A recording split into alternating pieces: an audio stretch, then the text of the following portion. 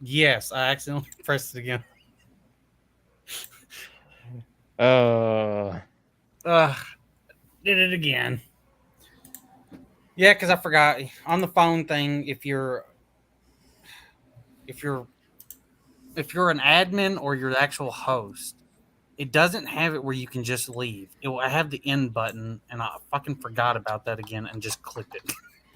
oh, well, that's not ideal. Yeah, Well, Well, I'm telling hopefully you, everybody will come back soon enough. the interface is pretty prone to getting you to close the stream yards. Oh, yeah, StreamYard. it gets on my nerves. Well, I I guess don't know while why they we're did that. coming back, so Umbrella Cat, we were talking about what kind of inspired some of your artwork. Mhm. Was there a particular series that came in mind that really sort of inspired what you did?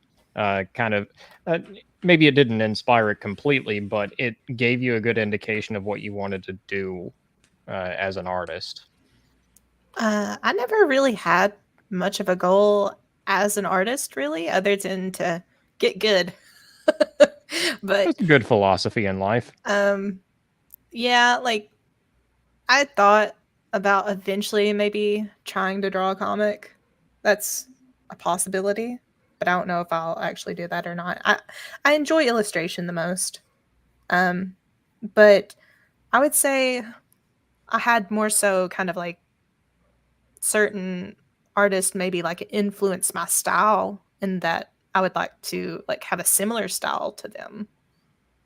But yeah. Who's the style? Who's the artist style that you would like? Hmm. Like I said, Like, you I know, like a mix, still with like your own twist, of course. I like a good mix of like Japanese or manga art with s- fairly realistic proportions. So think like the artist for like Death Note, kind of like that, or You know what? You know what it sounds like. Let me oh let me pull up Vagabond because there yeah, I is a love manga that Vagabond's does art. have realistic or more realistic proportions on the characters.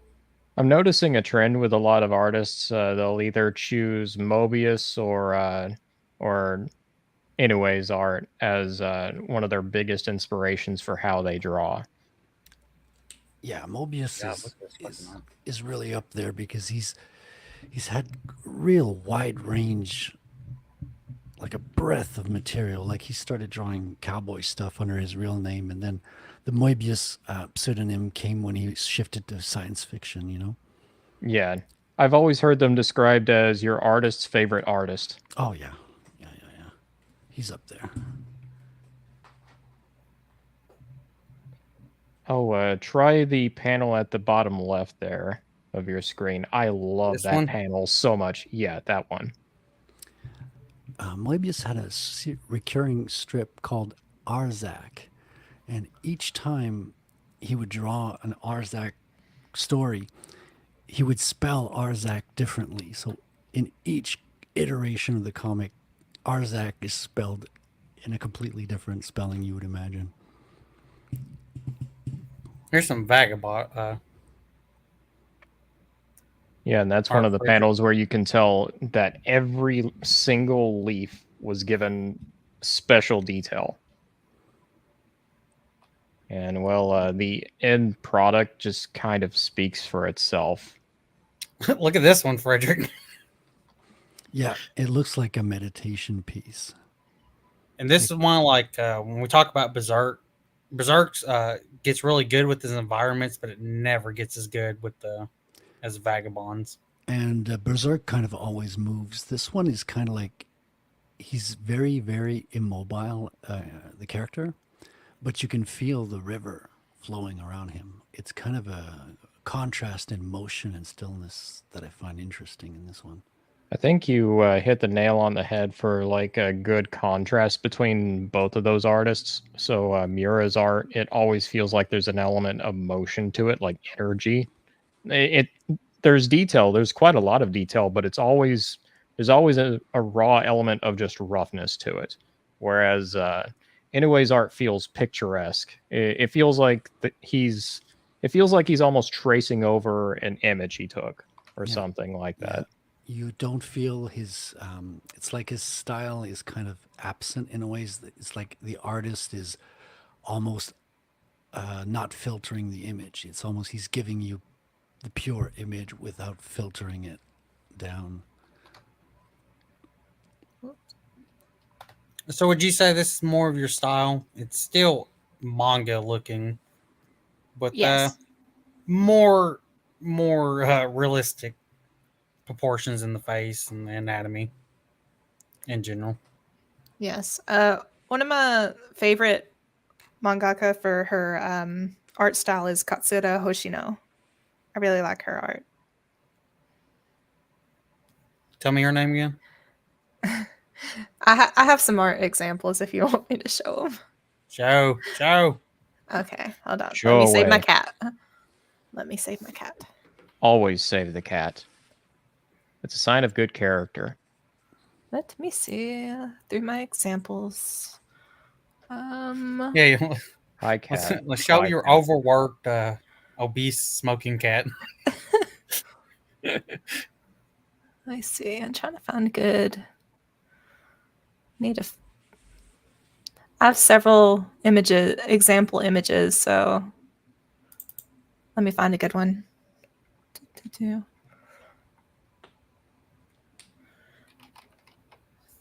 Actually, I can just.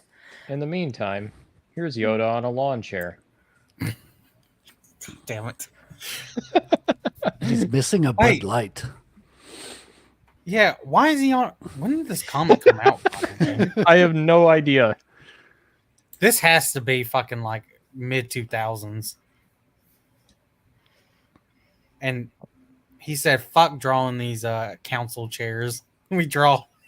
Let me draw a lawn chair. Hey, it's right outside." Yeah. But this is some of her more recent art. Like she goes really detailed with some of the backgrounds. Wow. Yeah. You know, Umbrella Cat. You know what's missing in this art? What? Wasn't 3D asset. You know, that's just a sin. You know. There's Yep. also no boobs to be found. Yeah. I just really like her style. It's nice and clean, but has a lot of detail to it too. It's really I really nice. like the contrast. There's a lot of stark contrast between white and black that's done very well. Mm. Yeah, her style has changed a whole lot as the series has gone on. Because to begin with, I would describe it as almost, I don't know, maybe gothic looking. And you can still see elements of that as the art goes on, You can but definitely it tell this becomes one's more earlier clean. work. This is like the middle of the series here. It was actually more gothic looking than this. That was the middle. What did the earlier look like? This then? 'Cause was that one That earlier. one was rough. I'm not gonna lie. That It was probably earlier. one of the. It was probably That one was- of the worst that's the panels. One of earliest. them that was just put in a corner somewhere. Yeah, this is like from the first chapter or so. It's very. Oh, that's different. Oops. Not the same series. Wait, what was that other one? That was really intriguing. This, yeah, I just gathered like art that I was influenced by or I really like. This is just a picture from. I don't remember his name, but I went to like Baltimore Comic Con in 2015, and just randomly got an art book from this one illustrator, and he did all of his works with ink. Traditional inking methods is really cool. Kind of like this surreal looking, highly detailed stuff. It almost looked like a very old like illustrations, how he would do his work. Cool. Yeah, I Yeah. love the attention to detail. The tree, it It's looks. It's yeah. not a tree. It's actually like a kraken or a squid Oh, Yeah. okay. coming out of the water. I also think how it's composition together. It looks like it could be a tree. Like it's sort of like framed in that in that sense. Yeah. It's a squid grabbing at the moon. I know one artist that I've really been loving her work. Hold on. Let me see. But it's the I don't know how to say the word. Witch Hat Oh, Atelier? I know what this. Yeah, it's. I don't know the exact pronunciation. It's Witch Hat Italia or something like that. I know I'm butchering Mhm. that pronunciation. But her art is fantastic. Really love her style.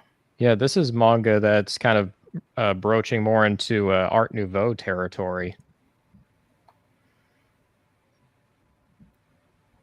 Yeah, but she has a style I really love too. Every time I see a drawing with a highly textured and design and pattern clothes, I get PTSD. I'm like, Whoa, look at that. Yeah. Look at those stonework in there. I've been aware of this series for a couple years now, and all of the panels I've seen for it, they're right at this level of quality. It's some really striking artwork.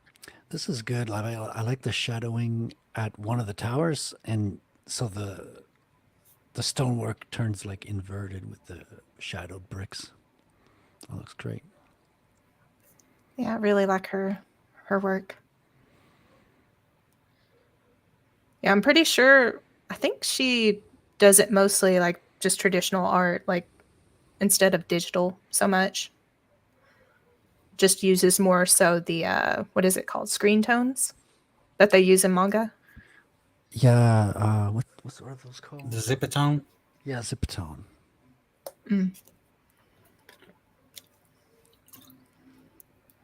Yeah. Really like that one. It's cool. Yeah, this is more of a shoujo manga, isn't it? Or at least Um, I think that's what it is. I don't know if I'd call it shoujo, really. I don't know exactly what you'd call it. It's just like a good fantasy manga. But for me, one of the most interesting things is actually how they do magic, because the whole concept behind it is like the main character becoming a witch and being integrated into their world. But yeah, the magic system is really Well, interesting. Correct me if I'm wrong, but isn't the shoujo genre is just the same as shonen, which is instead of boys comics, it's girls comics. That's technically the only qualifier for the genre. Um, yeah, it's the like girl equivalent of because shoujo is like girls, and then shonen is boys. So Right. yeah, and then So what's you the story have about? the main character. She is her mother. I forget how exactly it goes. I think her mother is turned into stone, and she is trying to like recover her mother, like bring her back to life. And to do that, she has to be integrated into becoming a an apprentice to a warlock, I think. And they're trying to discover like a spell to bring her mother back to life. That didn't really sound like a shoujo manga. Yeah, I think that's the Shoujo is basis of usually it. the girl drama. Shit, this sounds more like an adventure. Yes. This feels sort of like it gives kind of like an 80s fantasy vibe to it in a lot of ways. Yeah. It's really interesting. It I've reminds liked me it of so a far. specific fantasy series, actually. Ain't no black protagonist in Nintendo games, boy.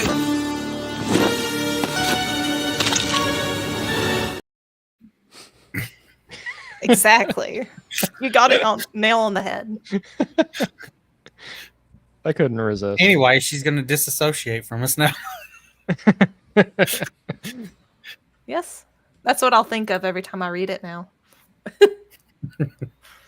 Of course. Oh, and also like the manga for like Vinland Saga, the art for it. too. Just the level of detail. Yeah, look at all the lines in his Okay. hand. Otter Rings and Otter everything. talked me out of reading that series, by the way. I wouldn't there's say not to plenty of read things it. there's plenty of things to like about the series. I Yeah. I recommend reading it up to a certain point though. That's my personal recommendation.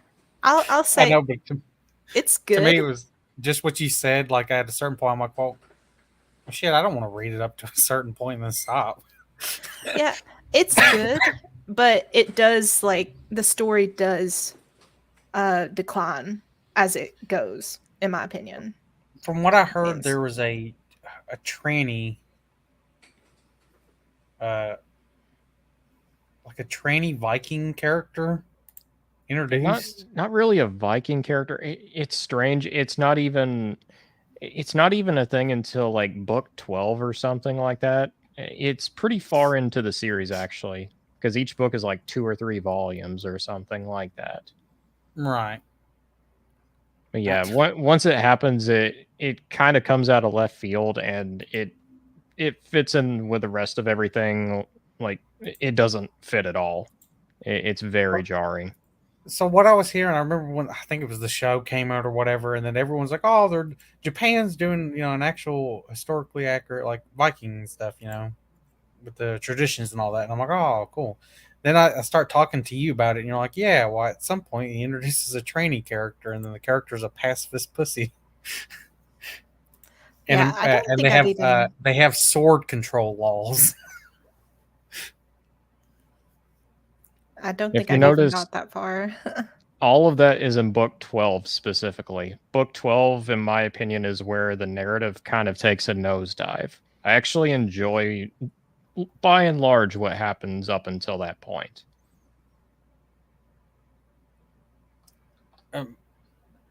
How far did you get, Umbrella? I have read through volume 11, so I'm right before that. I did get that Okay. far.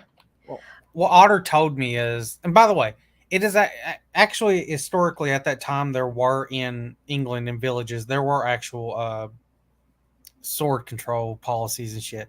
However, in the context of this story, it makes no sense, and you're in a hostile foreign land with known raiders and shit around. It's more that it's presented as a heroic revelation when in reality it feels like it's the author just kind of beating us over the head with his own politics. Yeah, in And Japan, they don't even have Second Amendment rights. Like, yeah, my personal weird. recommendation with Vinland Saga is the first story arc is really what a lot of people remember.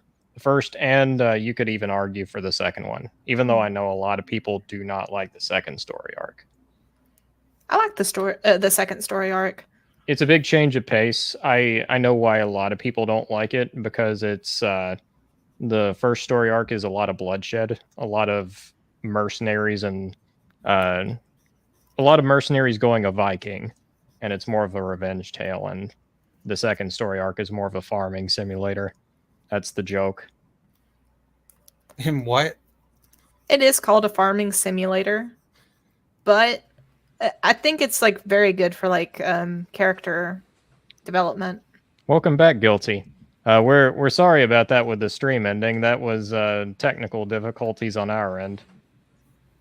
Yes, I'm specifically Otter's, yeah, not mine. Yeah, of course. You see, thought- look at the Listen, tagline. I'm artistically artistic. I thought we were blaming StreamYard, but okay. Well, it's all What'd you say? StreamYard's fault. Yeah, it's on the mobile phone shit. Like, there's no option to actually leave, and it puts the end stream button where you're on a normally Yeah, it's as kinda the awkward leave anyway. Evely option. is Or back you- as well. Welcome back, good sir. We did on found by us. accident. We gotta get away. We gotta start a new stream quick. Uh-oh. Well, time to end it once more. Bye, everybody. No. They'll never find us this time. A mobile phone is correct. You know what, Frederick? We're gonna go ahead and start this because you and Umbrella Cat, we know y'all want to talk about pens and markers. I don't we was start off waiting with for that? this segment. This is the best part. Well, I was hoping Animated Moon would eventually show. So you could have all three of y'all. We'll just add him in post. All right. It's going to be like Star Wars prequel style adding in post. Great screen. Just ask him the questions. We'll leave like some dead time, and then he can add it in later. You know what I love Yeah. most about art? It's so dense. Like every frame is just a piece of art. That's well said. It's like Kill him. poetry. So, anyways, Umbrella Cat, your marker of choice. Which is your favorite marker? My favorite marker. I'm still trying out different markers. I've used Copic, which is, I guess you would call it industry standard. A lot of artists Oh. use them. Yeah. But they're terribly expensive. Yeah, correct me if I'm wrong. So I did watch. This was about like maybe 7 months ago. It was what's his name? The Shad's brother. Jazza. YouTuber. Jazza. Yeah, Jazz. I watched his video where I think it was the Copic markers, and it was the what was the other one? The ones that are actually cheaper. And have- There's different ones that are cheaper, that are alcohol markers. So Do you remember what the other one's brand was called, Frederick? Or did you watch that video? No, I didn't watch that one. Let me see if I can find it. But anyways, I know what markers you're talking about. I haven't played with color markers, color markers in a while because I mostly do that color digital. But I used to do Pentone back in the day. That was pretty wild. Beverly in the chat is asking, Shad's brother is Jazza? Yes. Yes. I fucking hate Shad. Shad, yeah. Jazz is Shad's brother. I think he's his younger brother. Yes. Trying to see if I can find the. No, Evely, that is not a joke about Austrians. What was the joke? What was the joke? I don't know. Could we get a bit more there, Evely? We're not sure what the. Oh no, he said a mobile phone. Shad's brother is Jazza. For real, for real, for real, for real. Or is that a joke about Austrians? Aren't they Australians? They're Australians, yes. They're having problems with emus, apparently. Was Austria the country that Arnold was from? Yes. Autriche. Well, not to be offensive, but they're kind of pudgy. They're not really the muscle-bound freak Arnold is, you know? Well, Arnold isn't anymore, unfortunately. But no, he's like fucking 60 years old. 70 or something like that. Yeah. But anyways, Copic You can't markers. stay ultra fit forever. No, you can't. I mean, some do, though. Some do. Not everyone. Like these ancient Chinese masters that live on top of mountains and stuff. They seem to be in good shape. yeah, I've just been trying out different art materials I'd had kind of in my stash that I've kept forever. But yeah, I have some like random ones I got that are pretty good. They're alcohol markers. They're called, the brand is Chameleon. They're pretty good. I did the Was this illustration. digital one or hand? The markers? Yeah, the marker, the coloring. The one you're showing right now, the page. Oh, this one's digital that you have it on currently. But we were talking about markers, so Yeah, this is an art piece which may end up showing in a video fairly soon. just have to figure out how I want to That color dirty this. ass Rady boy. And for those of you in the chat who are curious, this is one of my main characters in Steel and Stormbright. This is Stormbright. The You're supposed to titular make him sorcerer. not look more gay. You know that, right? That's I'm pretty giving him good. woman's hair, you know? I'm working on that. He has long hair. Some dudes have long hair. I mean, look at Conan. Also, look at most metal bands. They're rocking the long hair. Yeah, but Conan also has a big fucking sword and muscles. Well, it's not as big as Berserk. I'll tell you that. Come on, at least he isn't Griffith. Everlay says, "Does the markers have funny name like Seaside Breeze?" The colors do, yeah. I bet. Yeah, I guess it depends on the kind you get, like the brand. Oh, I got a question. Is there one called the brown starfish?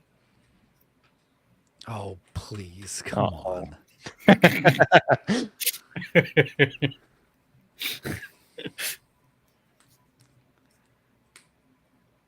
Look, she's going through. She's looking it up. Guys, we're gonna find that out. There might be. I don't get the Even reference. Everlay thought it was a woman. Also, Kat, do you mind if I share a sketch that you did for me recently?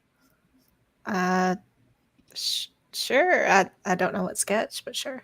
The one you did very recently, just today. Oh, yeah, that's fun. All right.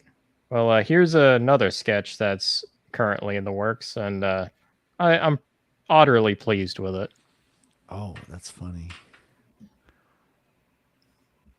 It's still by and add large like at the moment, but I'm very happy with how it's looking so far. He's smiling with his eyes. what is that biker's hat? Evelyn or not Evelyn? Umbrella. Biker's hat? Yeah. You add that. You need Like to a add helmet? No, the hat. What's a biker's hat? I don't know what you're talking about. The gay one, you know? What was his name from South Park? What is he talking about? Mr. Garrison? No. The one who sticks stuff up his ass. Why am I blanking on his name? The one that's always like, oh, Jesus Christ.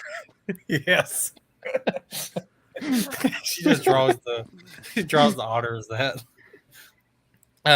Evelyn asked, "What's the best silly marker name that y'all have heard?" Umbrella and Frederick. To be honest, I don't really pay attention to the marker names. Yeah, I haven't That's touched it. markers in a while, and the names Yeah. aren't that silly. They're just kind of like mauve, Evelyn's Sienna right. Brown. aqua. I mean, I had silly. If you want to get silly names, look at the paint for miniatures, like Warhammer miniatures and that scale stuff. You have some really hilarious names in those shades. Also, it's They have Mr. like- Slave. Oh yeah, Mr. that's Slade. right. That wasn't his name. I think it was. Look up the character. Look it up, Otter. Have it on your search history. Time to curse my internet search history. Candles have silly names. I'm pretty sure there's one. Oh yeah, there's the very famous one, Gwyneth Paltrow's Cooch. Okay, that's one. It is Mr. Slave. Is Says it? Mr. Slave was Herbert Garrison's longtime teaching assistant, or teacher's ass for short. God. He loves Evelyn, have you seen sadomasochism, and he's not afraid to shove things up his ass, whether it be the class gerbil, Lemmywinks, or Paris Hilton. Can we agree that Gwyneth Paltrow is now parroting South Park by literally selling a candle of her fucking monkey's stench? Yeah, I thought that's old news. That happened a while ago. Yeah, but Evelyn was asking about candles having silly names. Mm. Why am I getting jarred farts flashbacks? Yeah. Did we talk about this not too long ago? Our conversations always steer in this direction. It's like one of our wheels is misaligned and always turns in the same path. Yeah, but I remember having a conversation not too long ago. I think it was Yes. the same fucking group. I don't know. We were having a thing about, I think it was Amaranth and then Bella Delphine. Oh no, yeah. You were talking about the chick who One chick was sent to the hospital because she had done too much farting in jars, and her doctor told her to stop. That's Oh, right. yeah. I mean, you want to manage the number of farts you do, you know, on the upside. Here's the thing: she was actually retarded. You think?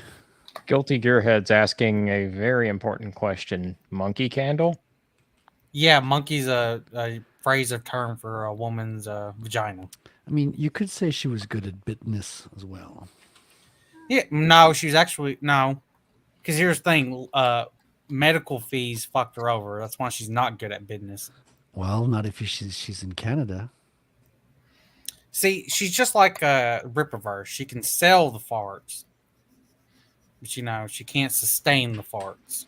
Yeah, and it's just. I bet there's more people that smell the farts than people abstain. I'm going to retract that from the record. Next So question. What the fart? The F stands for fart this time, though. F's in God. the chat. All right, let's check on Frederick. Let's see what his page is looking like now.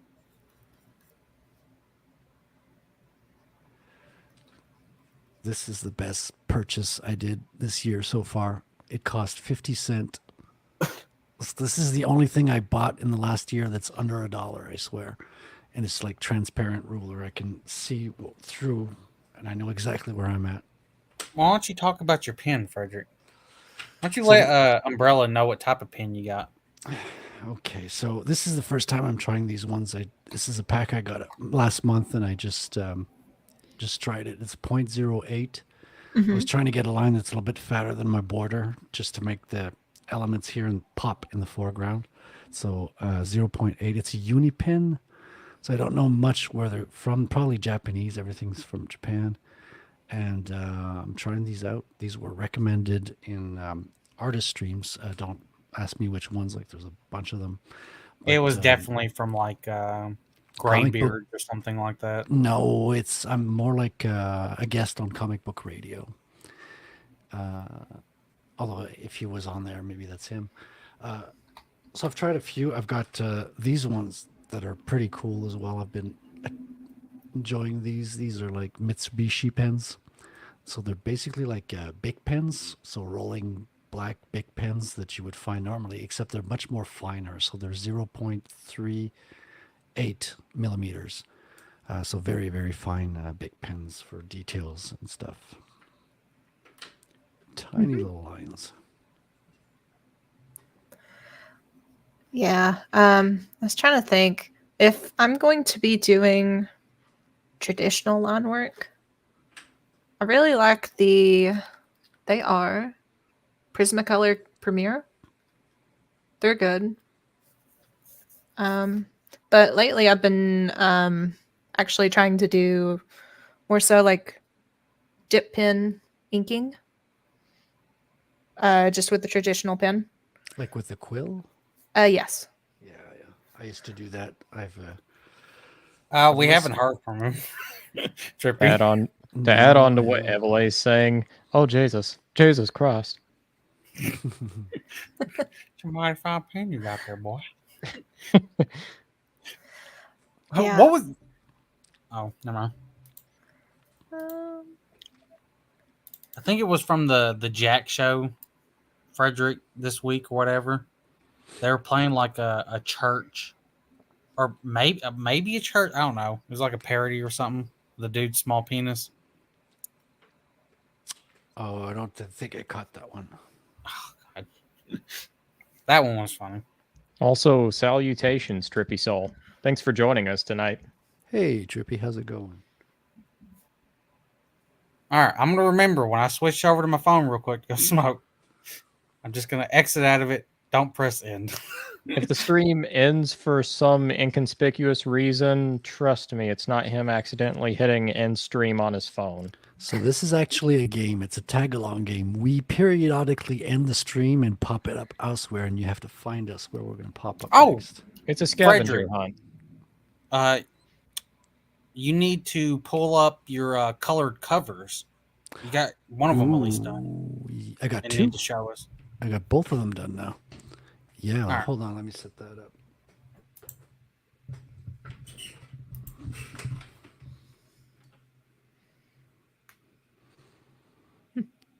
Loving the dead air. Yeah, I was gonna say that I've been trying to get back into doing a lot more traditional art because I have been drawing digitally for a little while now. Foremost, I'm always drawing traditionally with pencil and paper. I think I'm a lot more in my element whenever I'm drawing just traditionally instead of digitally. Right. What about you, Frederick? Would you say that you're more of a traditional hand drawn? Is that what you prefer, or do you prefer digital? I can already halfway make a guess just from what you're sharing with us right now, but just as a just for Yeah. my own curiosity. So I wouldn't even call it traditional anymore because I'm kind of using a lot of modern tools, but it's kind of analog in the sense that I'm not doing it digitally. I'm not equipped to pencil or I mean I have a small tablet, but it's not optimal to draw and ink with it. And I'm not yet familiar with all the tools to be able to use it in a very refined way. I'll have to do it someday just to, know from experience and be able to choose which one is best for what I want to do. But I'm just very comfortable doing the traditional way, if you will. Except I don't use traditional tools anymore. Like I don't use a dip quill like we were talking. I use more modern pens because I just think I grew tired of dipping it all the time and just making sure the ink is all, and it's easier to do mistakes from time to time. So you have to be very careful and very attentive to your tool when you But do that- that. But that I mean, the way you're doing it's still not. I wouldn't say like you're cheating or anything. No, not at all. I mean, these are just modern tools that didn't exist. Like one of the examples is this. Hold on, let me just change. There's this brush pen, right? So I didn't have these when I started because these will basically you'll put your ink in there and it acts like a brush. It's a synthetic brush basically, and it's filled from the inside, so you don't have to dip it all the time, and it's pretty good. I mean, You know what clip I should have had ready for this stream? I didn't think about it. You remember Finding Nemo? Yes. Remember the octopus? Oh yeah, the It ink scares, scene. she inks herself. Yeah, that's funny. Yeah, that's a good clip. That's evergreen. I could have played that right then. Yeah. Now we have to use our imagination. I inked See- myself. So what y'all are saying is y'all don't use 3D assets. I mean, Yeah. I did use the 3D assets last month. So I have a double page spread. I could even show you guys. Hold on, while I'm talking about it, let me pull it out. Well, you used it the trace over. You didn't use line art filter shit. Yeah, And it was just the background. It wasn't the character. yeah, exactly. So it was a background, and I used a projector to, basically project the image onto the page, and then I traced the outlines of the buildings and stuff. Can't you tell that this is traced over 3D assets? it's absolutely, yeah. Are you insinuating something with your sister, saying that she's not being honest? I'm Who's just got the saying that plane? I'm saying that I'm made of 3D assets, obviously. Who had the plane just fly over them? Oh, that was me. I'm at an airport, of course. You have bikers in airports. We haven't heard the bikers in a while. International Otter of Mystery. Exactly. Okay, so if you want to pull me up, I'll show you the double as best I can. Yeah, I'm so low. So Meant to this put is you what- on focus, I accidentally removed you instead. the same difference. Stupid. So you can see it's got a pretty detailed view of the University of Montreal. And he's just flying over there. So he's a complex one to do. I was gonna do it by hand. The reason I whipped out the projector was because the what do you call it? The point of perspective was going to be off the table, literally, Mhm. not figuratively, or both. So I couldn't do it practically. So then I was like, oh, well, I have a projector. I remember that. And then I use that. So this is basically, this is a shot of Google Earth, guys. Like, this is freaking amazing. Like, you can get Google Earth, has 3D versions of most of the buildings in the cities. You can just angle it exactly where you want, zoom in exactly where you want, take a screenshot, and boom, instant 3D assets from Google Earth that'll give you a reliable view of a city from bird's eye view. So you can, or they have like a 3D version of it. Yeah, well, Google Earth, it has a 3D option. So when Mm.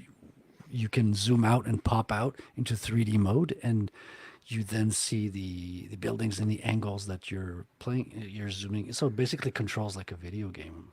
Yeah, I know you can go at like an angle basically and look at buildings and whatnot for Google Earth.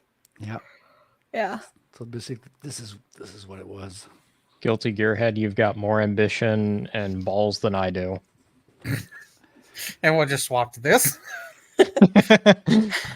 Yeah, so I put up this sketch a while back. It's still work in progress, but I've been slowly like inking at it. Like I haven't done any more recently. But I'm having to get used to like dipping with a quill pen again because I've not done it in years and my lines are really shaky still. Or at least the But- hands aren't fucked up. It's okay. They're not bad. Yeah, I have Okay. shaky lines all the time. It's I find It's always also- something you got to work with whenever you're inking. It's really easy to do. Believe Yeah. me. yeah. Yeah, Everlay says the frog T-shirt is clashing with the style of the rest of the character. Yeah. Oh, what artistic decision made you do that, Umbrella? You know. Yeah, that needs to be removed. For sake of freedom. Yeah, you weren't even done inking it, and you already doing color. I mean, You guys are cramping her artistic vision, I think. You should give her some room, some creative room. Frederick, No, where are those covers? Critics these days. I'm remember? advocating for freedom. That's what I'm doing. You guys are haters. Frederick, what I'm happened a to liberator. those covers you're supposed to show? Oh, right. So I got sidetracked. So I've got one pulled up. Let me pull up the other one. So this is A and I need B. I will say that whenever I sketch a character, I actually always draw them naked first. Well, yeah, Yeah, just for the figure. of course. But I know whenever I was in high school and I would draw my characters naked, people would look over my shoulder and they're like, "Oh my gosh, what are you?" Yeah. So if I was drawing a girl, I was a pervert. If I was drawing a dude, I was a gay guy. So you can't win with these guys. Yeah, so she was naked. So at you were one drawing point. like all the anatomy. I mean, that's pretty gay Yes. on the dick. Yeah. No, guys, I swear I have to know where his dick is. Okay. Hey, it matters for the folds in the pants. Exactly. It's not. You Yikes. got to know he's a dude. I mean, you don't want to focus on it, but you got to know he's a dude. Just saying. It reminds me of where we're discussing Berserk, and there for the longest part, it's just kind of like mannequin body when it comes to the genitalia there. Then after a Yeah. certain chapter, it's just nothing but dicks. Oh my dear. What a- Well, we found out that I can get away with showing a lot of nudity, like drawing on my streams. Well, it's the advantage of having a really small channel. Yes. I did it. Showed a lot. Grippy says Griffith it's still called doesn't have attention a to penis. detail. Okay, so I haven't shared yet. So what do? I hit present?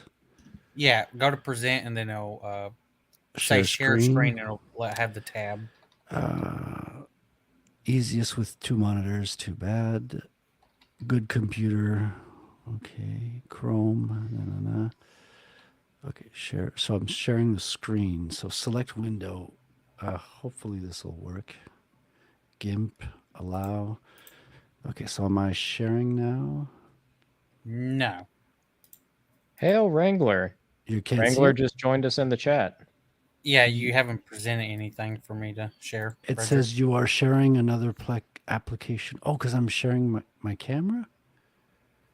Stop sharing. Hold on. Okay, let me see.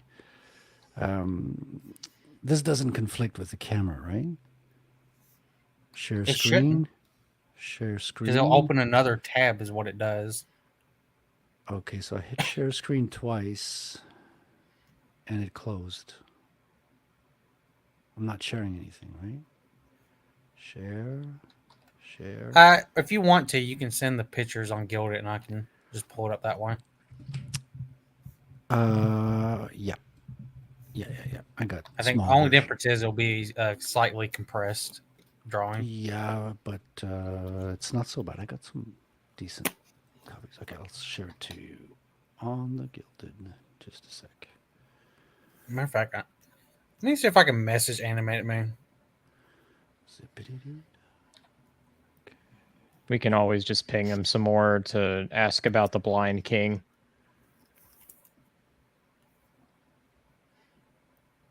Which everybody. Okay, pages. Well, Rotate. in the meantime, I've got another question for you guys, both for Frederick and Umbrella Cat. Would you say that your art style changed at all over the years while you've been drawing?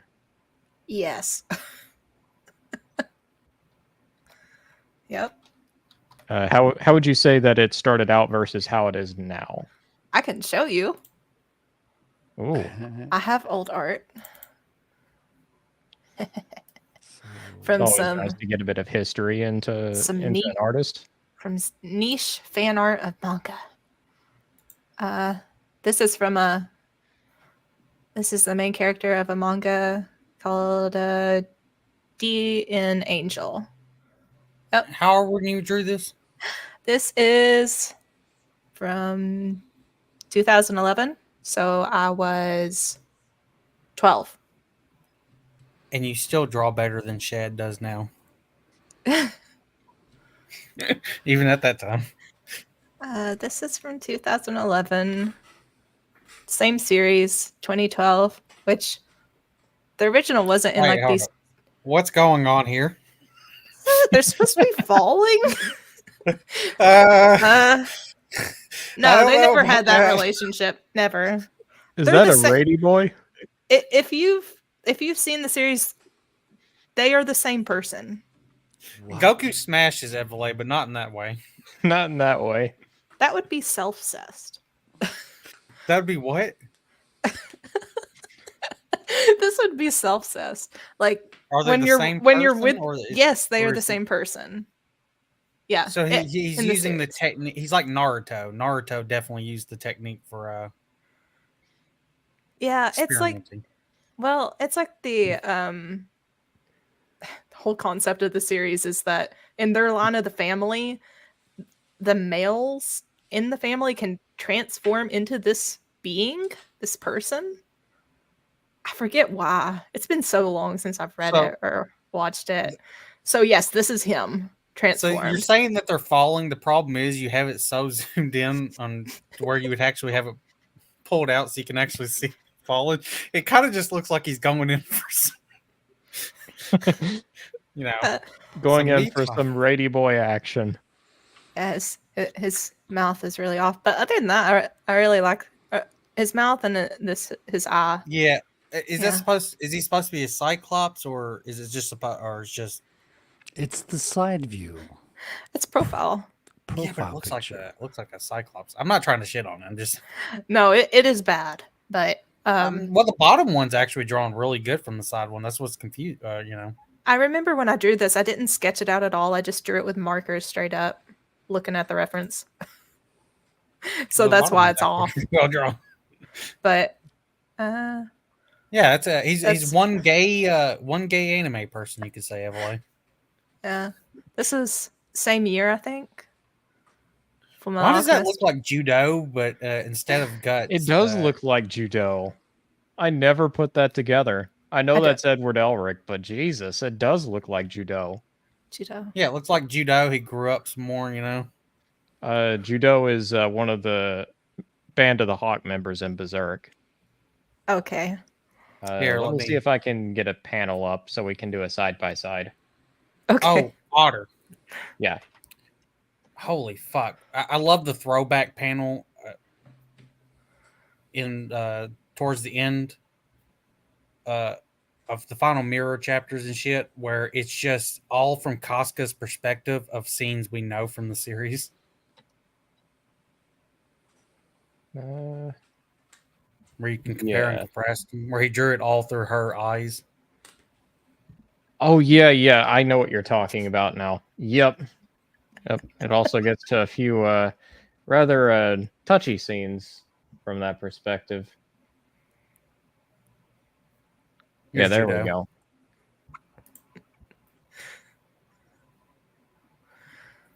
They do look remarkably similar side to side.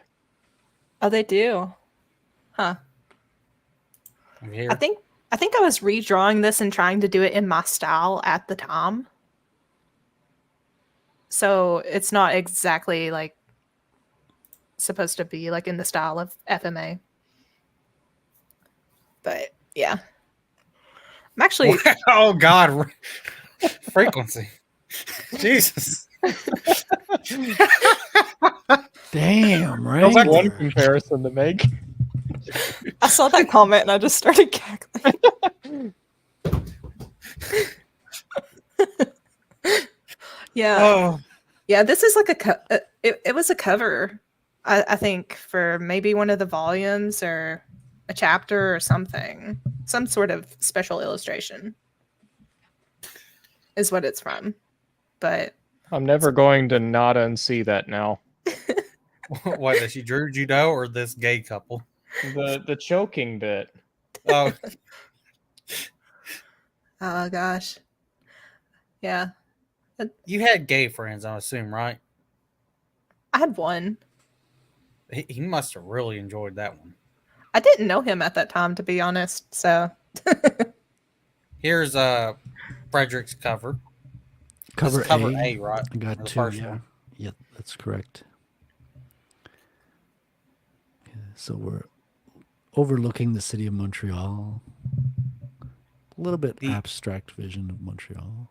Yeah, the only thing I don't like, Frederick, is the clouds with the sharp line.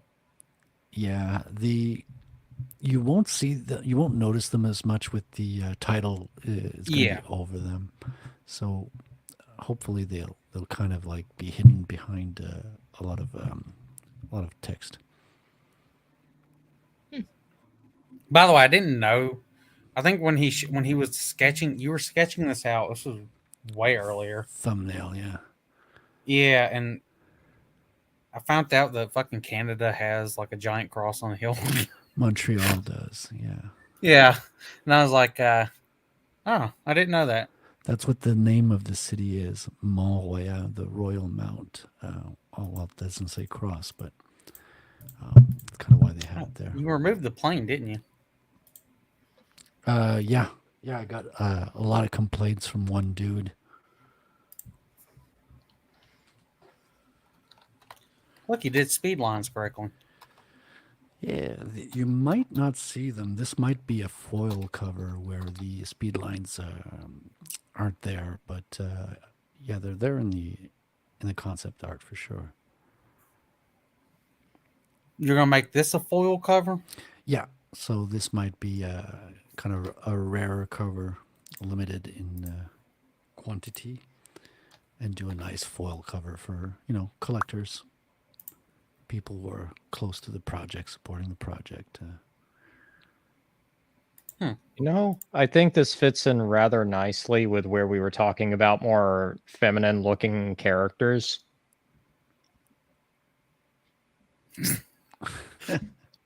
Griffin.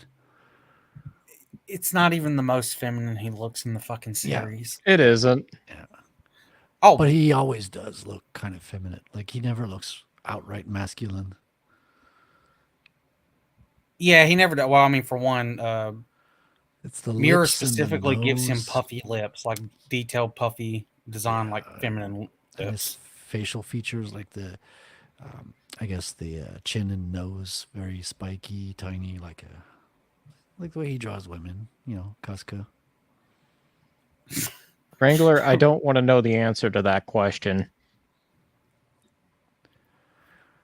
What fits into So this? No, I'm not going to tell anyone. You know what people will say if they found out I tried to fuck a ready boy and it turned out to be a ready girl? this sounds like an ancient Chinese koan. What was Umbrella Cat sharing? She was letting us know. Be right back. That's pretty. Hold good on. way. I want to see that one more time. Okay. Yeah, she needs to get back to our bagel smoking French cat. It's overworked. It's overdue. We need It's more. it's on its way. Looking good. She's got the little nudges in the bread and everything looks authentic. Yep. All right, Frederick, we're gonna have to get you. We're back on leash. Get back drawn. Yeah. Whip me into shape and then I can produce a lot more pages. I saw a nice meme today that was saying why artists today can't draw like 2 pages a day, and it shows like boots drawn in 1950s and then the boots drawn in today. In 1950s, it's just like a few lines showing the shape, and today you got the army boots. You could tell the brand. You could see every lace and hook. It's insane. Like people are putting a lot of detail now. You know what I saw on the back of a truck last week? I forgot what was in the middle, but on the two sides was identical facing women. And they were wearing nothing but some red cowboy boots with a cowboy hat on top. Drawn. Wait, the they back were of in the his back truck. of the truck with women with nothing but cowboy boots. That's why Nothing but That's why we didn't see you for a week. You were off with these women in the back of the truck. yes. I mean, that's a fair We got excuse. Bagel Cat back. There you go. Oh, you can. Now the bread is you know on a we're gonna make layer, sure so you you print can- this out and send it to your parents' umbrella. You know. Of course. Yeah, with this caption. Wait, where's your cock? You just put a black sensor bar on this cat. Just put an X. You Americans cannot handle any nudity. Just go and start giggling like little girls. Well, okay, Frederick. Why don't you go in Deluxe Volume 6? You go into the cafe shop right in the front part. Start reading that one chapter. I'll go in the way back of the cafe shop and look like a creep, trying You to said, hide what I'm wait reading. a second, that's not a bagel. What is There's- it called? there's I forgot the X. name of the bread. Baguette. Yeah, it's a baguette, and he's smoking a cigarette. Oh Jesus, she's drawing attention. It's a Gauloise. Okay, the French kiddies, they smoke Gauloise. You got to get the lore right. There you Listen, Umbrella, you keep drawing cats. Wrangler's gonna commission you for one. You know. go. But I'm not very good at drawing cats. Why did I pick He a don't cat? know that. Yeah, I think it looks pretty good. It looks. I think it authentic. looks really good. I have 2 cats, and that checks out. Checks a lot of boxes. Listen, I'm surprised your cat hasn't like screamed out bloody murder yet for food. This is the time of day where he's sleeping, so he's right next to me on the futon, very quiet. So I think we got a couple of hours. Oh, let me see if I can find it. I'm gonna have to show. Do you have the floating couch page, Frederick? For ISOM, I mean, I sent it to you in our DMs. The actual page? Let me see. Oh, the ISOM page where it's in? No. Or the no, panel. No. Just the 3D assets. No, I don't have that. No, that's probably my meme folder somewhere deep, unorganized. But I'm pretty sure you can fucking Google it on Twitter. Hold on, let me tweet. Yeah, let me see if I can find it. Yeah, if you type on X like ISOM couch gravity. Okay. It's either that or I'm gonna have to pull that fucking book out. Okay.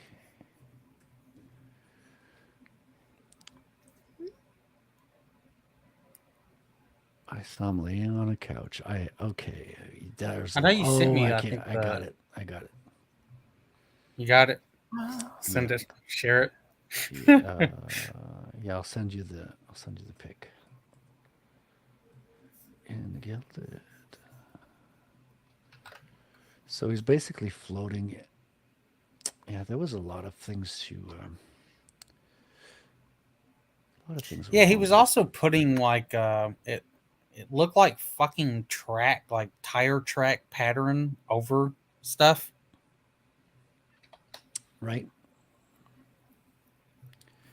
So weird. I looked it up. Ice and floating couch. I didn't get none. Oh, I got it. I didn't put floating. I just put ISOM couch. Hold on, I downloaded it. I'm posting it in the. Oh, this is what I was talking about. Hold on, I'll put this first. That's the boots meme I was telling you about earlier. And let me get the couch. Wait, what's the boots for? It's the comparison I was saying, like why artists draw a lot less pages per day than back in the day. We've got to have the boots, of course. There you go, floating ISOM. Oh, Which is we'll share actually- both of those. So this is actually a 3D resource of ISOM standing, but they rotated him on the couch, and his body has no weight into the cushions. Not to mention that his feet are in the position as if he was standing. It's, you know, what can I say? What The are funny his, part, what are his legs resting on? it's not. He's so, Imagination. like I said, it's an entire 3D asset model. They're just using the standing position and then putting it there. Yeah, this was not hand drawn, even though it looks like Oh, you it can was see inked. these fucking tire tracks I was talking about. That's the only thing he the added. texture. Yeah. Yeah, a lot of people, including myself. But here's the are- boots. Yeah, see, that's the difference. That's why artists today draw less pages per day. We're doing a lot more detail. You got any more bad Star Wars art, Don't look at me. Let me see if I can Otter? get some. Last one I had was Yoda in a lawn chair. Let's see what I can fish up It's next. going to be hard to beat. What was the shit? Matter of fact, I might have to look.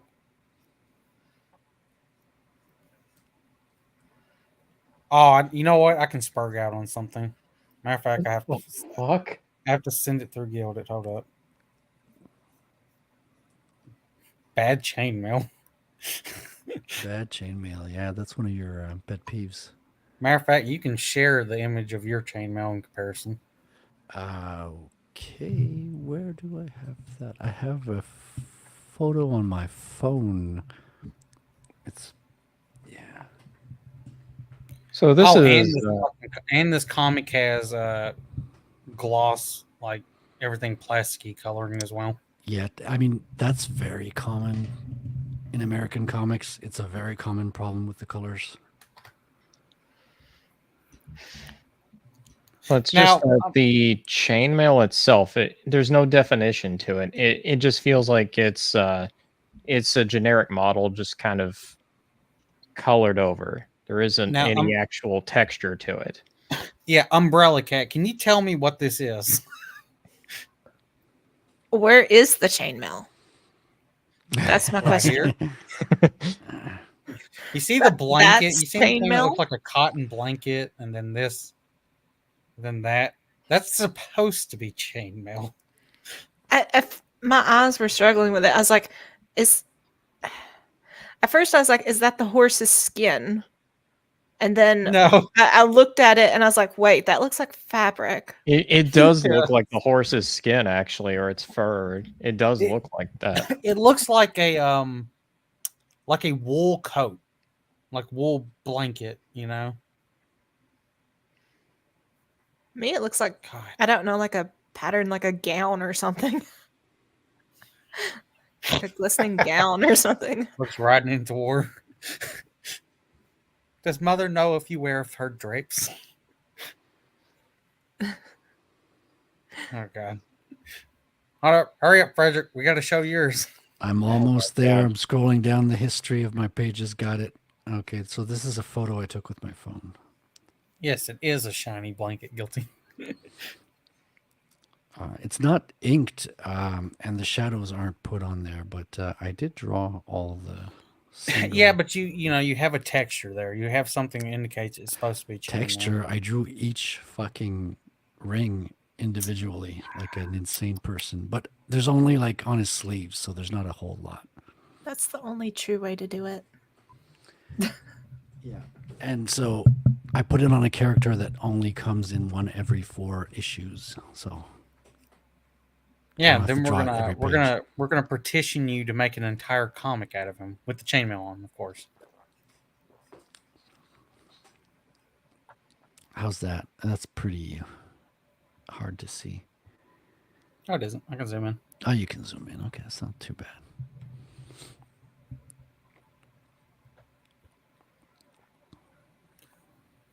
So, how many times did you want to shoot yourself when drawing these feathers? 0. 0.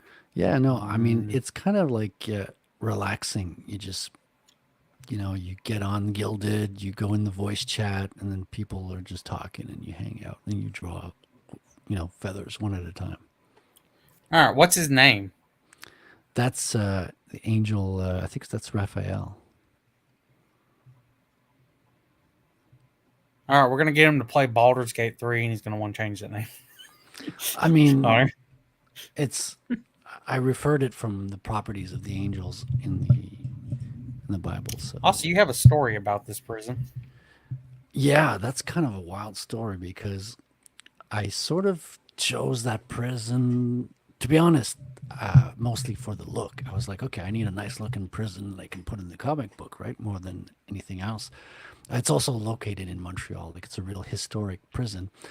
And I was kind of like, okay, this looks good. And I was watching a little documentary on YouTube while doing the research, and it's a really old prison. They built it while they were arresting the Patriots. So the Patriot is kind of a movement in Quebec where people were fighting back for our independence back in the day, and they were throwing a lot of them in jail. So they had to build a secondary jail in Montreal, and this was it.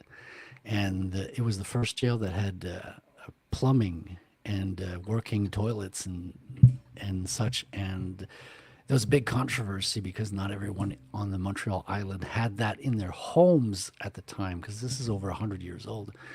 And so people were like, "This, you're building a luxurious prison for prisoners, and where just the people of Montreal can't even afford these things in their homes." So there was a bit of a scandal around that. And there's a weird coincidence as well, because as I was drawing this page, an old friend of mine, an old roommate, contacted me and filled me in on the missing years that, since we had last talked. And apparently he went to jail, and this is one of the prisons he was sent to. So he was able to tell me a few stories about, what happens in the yard and stuff, and a few stories about, inmates and habits and such. And it's very strange. And there's even tales about drones, because that's the number one way to get contraband into this jail, is by flying drones overhead and dropping the stuff, the said contraband, in the yard at a arranged place. So if you're a prisoner in that prison, you never look up when you hear the sound of a drone, because that'll alert the attention of the guards, and you'll get punched in the mouth if you look up. So, little known fact. So, your world, like, how are you going for like your world building in your Rat Tail book? Like, so are you, it's basically a kind of modern day Montreal. So it's kind of like faithful to the world we live in, except we're focusing on the through the lens of the main character, and the main character is kind of a cypherpunk. So he's got this hacker mentality. He's living in his head in a very kind of cyberpunk world, if you will. So we're kind of seeing this quote unquote normal world we live in, which is, very far from normal in a sense, but we're seeing it through his lens. So it's all modern day stuff that, is kind of set in the real world, which is a little bit hyper real, with the hoverboard and all that. These are things that can technically be done, although it's a little far fetched because it's a superhero story after all. But So it's generally the real world. So you have angels, correct? Are you going to have Yes. like Yeah. aliens or? Don't plan to. There might be kind of devil figures, so kind of demons might be flying around the buildings sometime. Right. But no plans for aliens. It's not going to be the main kind of attraction of the story. It's just going to be kind of a later arc to come in. Frederick, I've got an alien that I think you might want to see if you can include him in your comic. Oh yeah. Yeah, I do. 1 second. There we are. Oh, that's beautiful. He's Beautiful. majestic. A true work of art. You can see the wisdom in his eyes. Hmm. I think, at least I think that's God damn wisdom. In What do they true do to fashion- Yoda? I in true don't know fashion, what they he's did not to Yoda, looking in the same okay? direction. Was this Marvel or fucking Dark Horse Star Wars?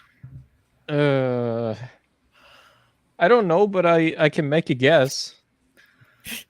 Me, I don't know how to use. Why is his eye? Both, by the way, zoom in on that. Did Yoda become the Joe Biden of Star Wars? We Fucked up have my one eyes have way he's become. drawing the eye, and then the other one, the pupils. What the fuck is going on here? I think it's a theme. Yeah, I don't know. I don't think they hired the same artist to draw each Oh eye. no, don't know how to use eyes anymore. So, Right. as a point of contrast, just to see what kind of artwork we're seeing in the actual mainstream industry today, I thought it would be fair that we share some more Star Wars art along with some superhero art that's considered top of the line. Oh god, not this one. Yeah, comics are suffering these days, aren't they? Is that a picture? Yeah, did they just draw over Yeah, Harrison that Ford? looks like it just traced. Yeah, there's a Or very, Photoshop. very. with the- The likeness is really there, although there's something funky. It's very uncanny.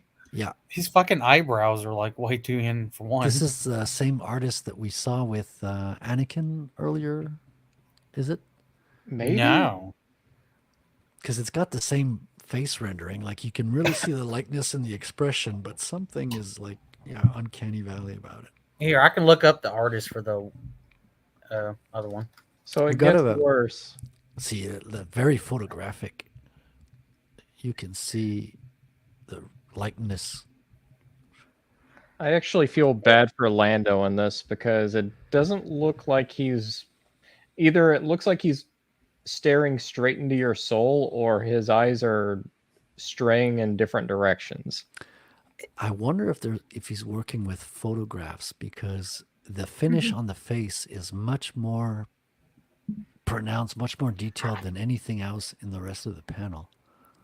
So the artist for was Doug Wheatley, was for the Revenge of the Sith one.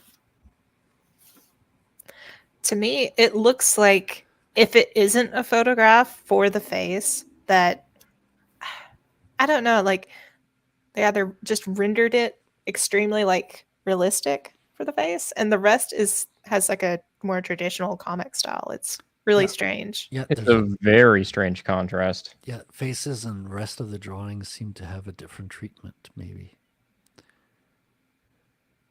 Let's I think see. it's Oh, more than Hold more up, hold than- up. Go back to the Yoda one. To answer right. a Wrangler, it's more than. All right, who can do a rotoscoping. Yoda impersonation voice?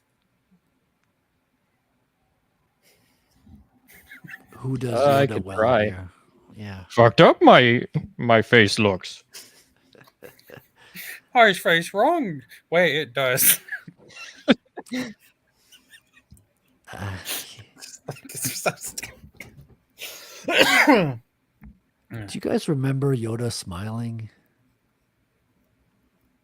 Well, No, but I don't remember the him really shitty smiling puppet. like this. How small was this panel? Yeah, that's a good question. But even with it being a small panel, that's bad. Fucked up. It's The eye, just bad. I would have, whited out the face and did it again. oh yeah, let me. Because faces are important, you know. Yeah, they're windows into the soul, you know, or at the very least the eyes are. And Yeah, I mean, faces and hands usually will convey the emotion of the character. And I don't know what Yeah. he's feeling right now, but it doesn't look good. it looks like he's happy, but there's just pain and agony underneath. That's the impression I get from this. Blink if you need help. I don't think he can blink. Hey, you guys, you. Oh, hey. He's I on have a like a retarded Yoda voice. That one.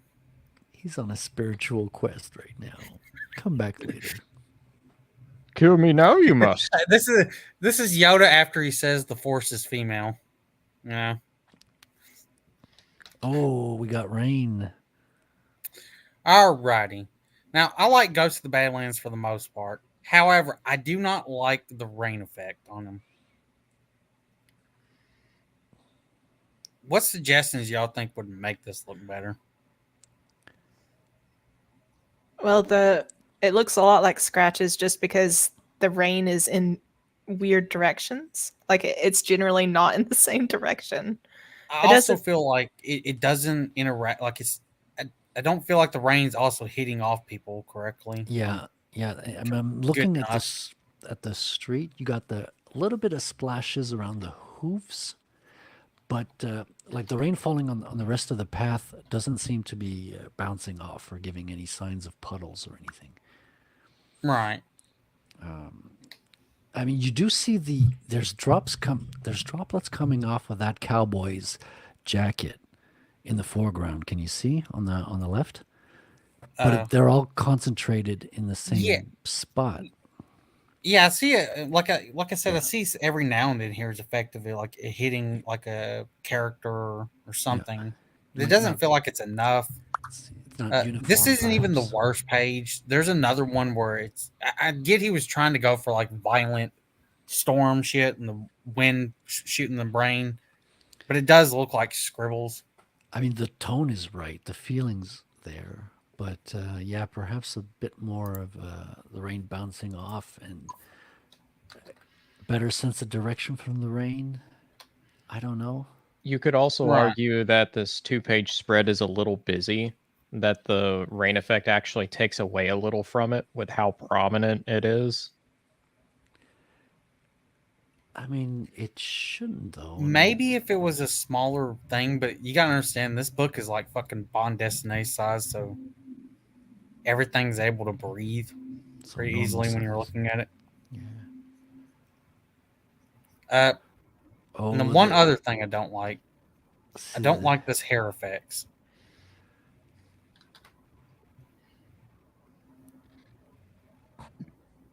Okay, yeah, lacks a little bit of volume. I think Yeah, because it's so detailed, it looks flat. It looks like it's still like he still has it in like the sketch, you know, Needs phase where he's just filling it out where it's supposed to go and didn't. There's It's no a lot of shapes here in it. like this in the book. Oh, we got a visitor. I'm here. Friggin' hi. Hello. An animated It's- moon it- has leapt into the chat. Oh my gosh, it's the end of Welcome. the school year. My brain is like fried. Like, you think like that's the biggest thing that I've learned after becoming a teacher is, when you're a kid, you think that what summer break is for you, but no, it's for the teachers. So I was asking about the rain effects in this.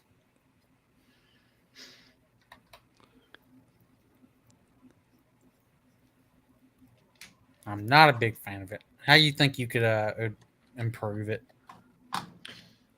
Well, the biggest thing I would say is I would give more direction to the rain. Right now, it just looks like all over the place. The other thing is that the effect of rain in like a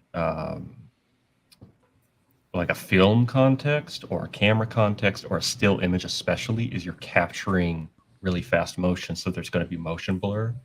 So the fact that it's like so like fine, the lines are so fine and specific, it almost looks like on the lower end it just looks like highlights on the grass, right?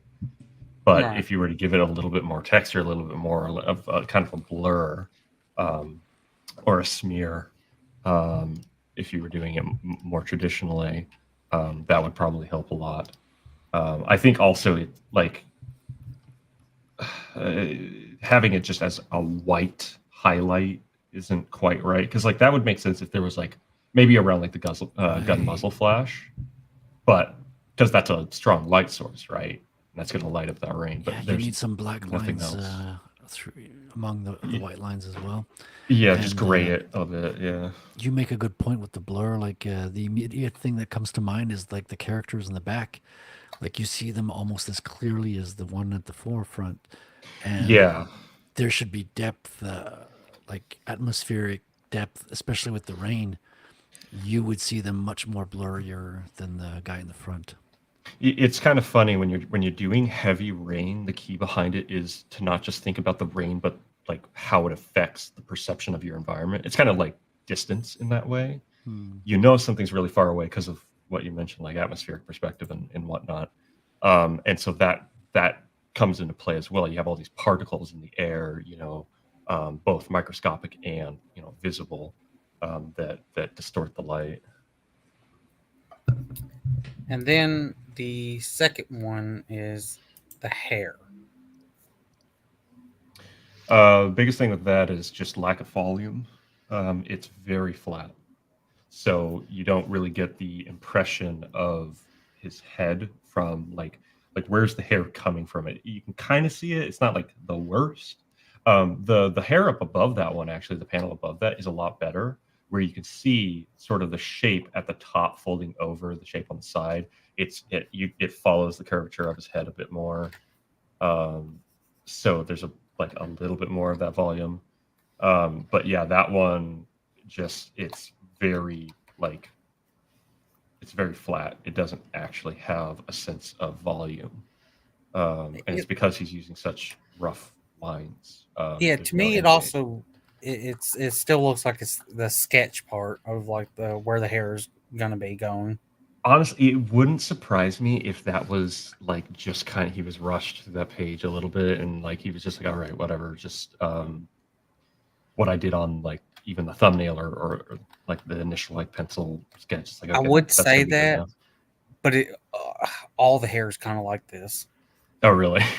Yeah, the Like page a lot of doesn't it's look not as bad rushed. as this, but like it's still all done like this throughout the entire book. The only thing that's like really good is facial hair, which is beards and shit. I'll have to take a picture in a bit. Beards tend to be easier than normal hair. Right. All right. What are you working on, Animated Moon? Friggin' nothing. It's Saturday. Let me fire something up here. Show us the money. Jeez, I don't know what to work. I don't feel Matter like of fact, working you're on gonna have to answer some comics. questions. Well, I can show you all gosh. something. God damn it. Oh, jeez. Superman, stop. You know what? It reminds me exactly when we were laughing in Berserk, where Guts' eye line, his direct eye line was to Griffith's dick during the scene. It does This have one that done the same exact same problem. thing. He's looking right at the bulge. Oh, God. This is from Kingdom. Do you have the? I hated the panel layout in this book. Yeah, I've got some panels from Kingdom Come. So this Check is my one of umbrella them. real quick. Come on, umbrella, show us the coloring. I'm not super happy with how this is turning out. Oh God, now she's angry. Uh, Quick, get her a Snickers bar. this is turning out pretty good. What software are you using, Umbrella? Clip Studio. Clip now. A Oh. Clip Studio for the win. Trippy's got a question for you. Did you see Don Hertzfield? Not stuff yet. Not yet, Trippy. Thank you for reminding me. I was planning on doing that today, though. I wasn't planning on streaming today. Otherwise, I would have done it earlier. But yeah, that. Jeez. Guilty. That's from the DC comic Kingdom Come. And if you're curious about who wrote it, it was Mark Waid. If you're familiar with that little name.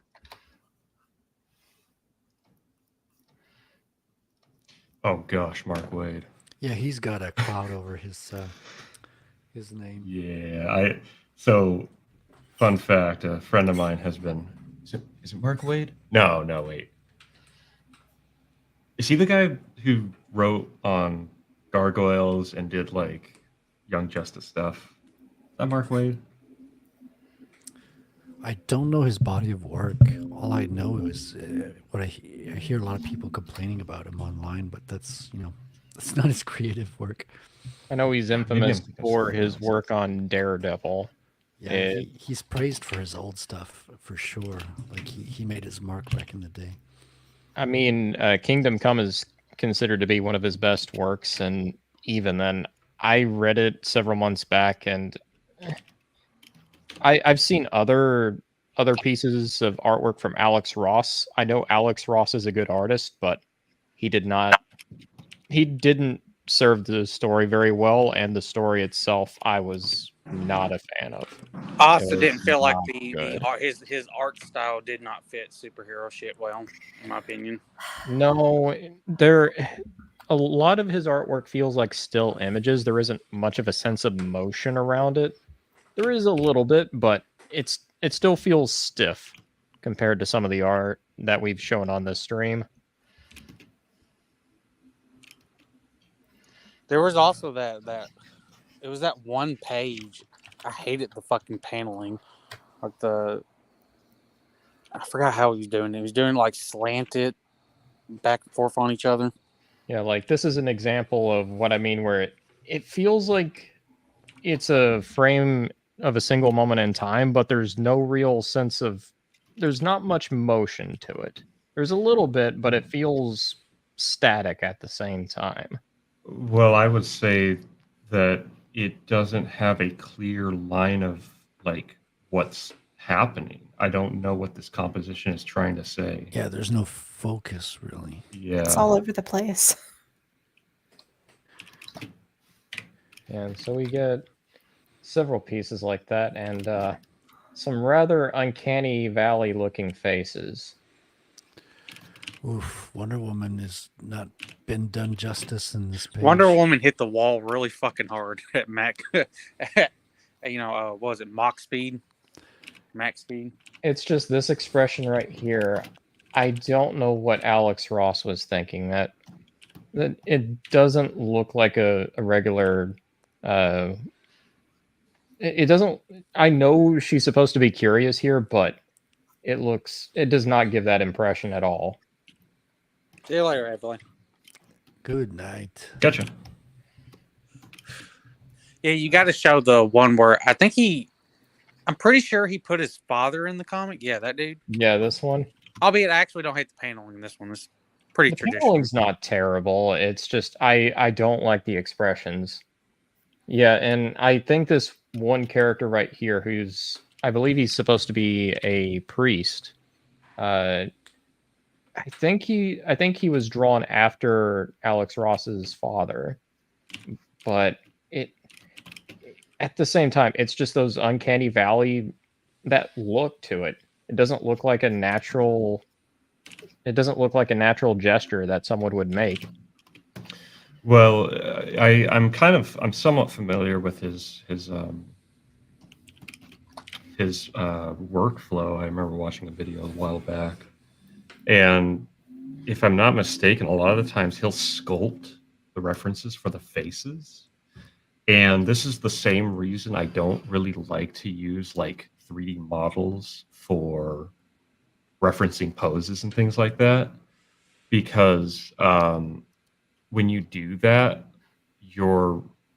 it tends to stiffen things. It tends to make things really like rigid and not natural. You can almost kind of think of it because like chances are he used like a human face as reference when he's sculpting it, but there's almost kind of this like quality of what do you call it, like when something puts back less and less over time. Diminishing returns. Diminishing returns, yeah. It's almost kind of like a diminishing returns. It's like, okay, you based your sculpture off of a real person, now you're basing the drawing off of that sculpture, right?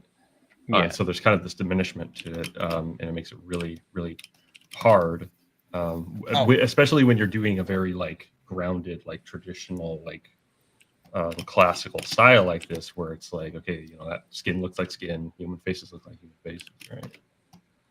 Yeah, Yeah, this this is one- this is also This showing. isn't the one I hate, by the paneling. way. I don't like what the fuck's going on, but I don't like the paneling. The page art layout, itself yeah. isn't terrible. I hate this design right here, though. I really don't like it. I know, yeah, it's 666. Yeah, I know that, but couldn't they have designed this a little bit differently? Did they have to do it in this manner? what happens when you take comic book like character designs and then make it realistic? Yeah, well, that's the You thing get- about it. You get this. Yeah, around the nips. I mean, these other panels here, aside from how they're actually structured, these I don't hate. It's just this is the only one where I legitimately do not like. Yeah, but why are they all slanted? Honestly, I couldn't give you a straight answer to that question. Is he supposed to be falling down, the old man? No, it's actually not. It's supposed to give you a sequence of events of what's happening, but Well, he's losing there's his no- glasses. there's no uniform motion. If it was falling down, like him falling down, that would make sense, but that's not really Well, what's he's happening. he's running. He's picking up the little girl from panel 1 to panel 2, and he's like, so there's movement for sure. So I think he is running, and his glasses are coming off. So there's yeah, because he's a very realistic, photorealistic style, and sometimes it can be hard to convey movement when everything is very in focus. And it's not stylized shapes or anything, so you can't really stretch it into the motion like a lot of other styles tend to do. I think the panel layout is probably to try to give it more motion. Yeah, this one I fucking hate. Yeah, and for me, this is the worst example of how the paneling can not be so great in this graphic novel. Like he's holding a building and then zoom in on the fucking second panel. I think I like this page better than the previous one, to be honest. I was about to say that actually. But that being said, everything I'm seeing from this book, the kind of part of the goal of a comic is you look at a page and maybe not immediately, but very quickly you understand it, right? Unless it's specifically intended to be like confusing for whatever reason, right? Or throw you off. You should get But a lot of sense, these, initially. a lot of these pages until you told me that he was holding up a building, I didn't get that sense. Same. Right. And maybe the context helps with that, the previous pages and whatnot. But like everything's so flat. Like everything is like scroll up, quick to the top panel. Like there's some Or maybe it's a idea of bridge. depth.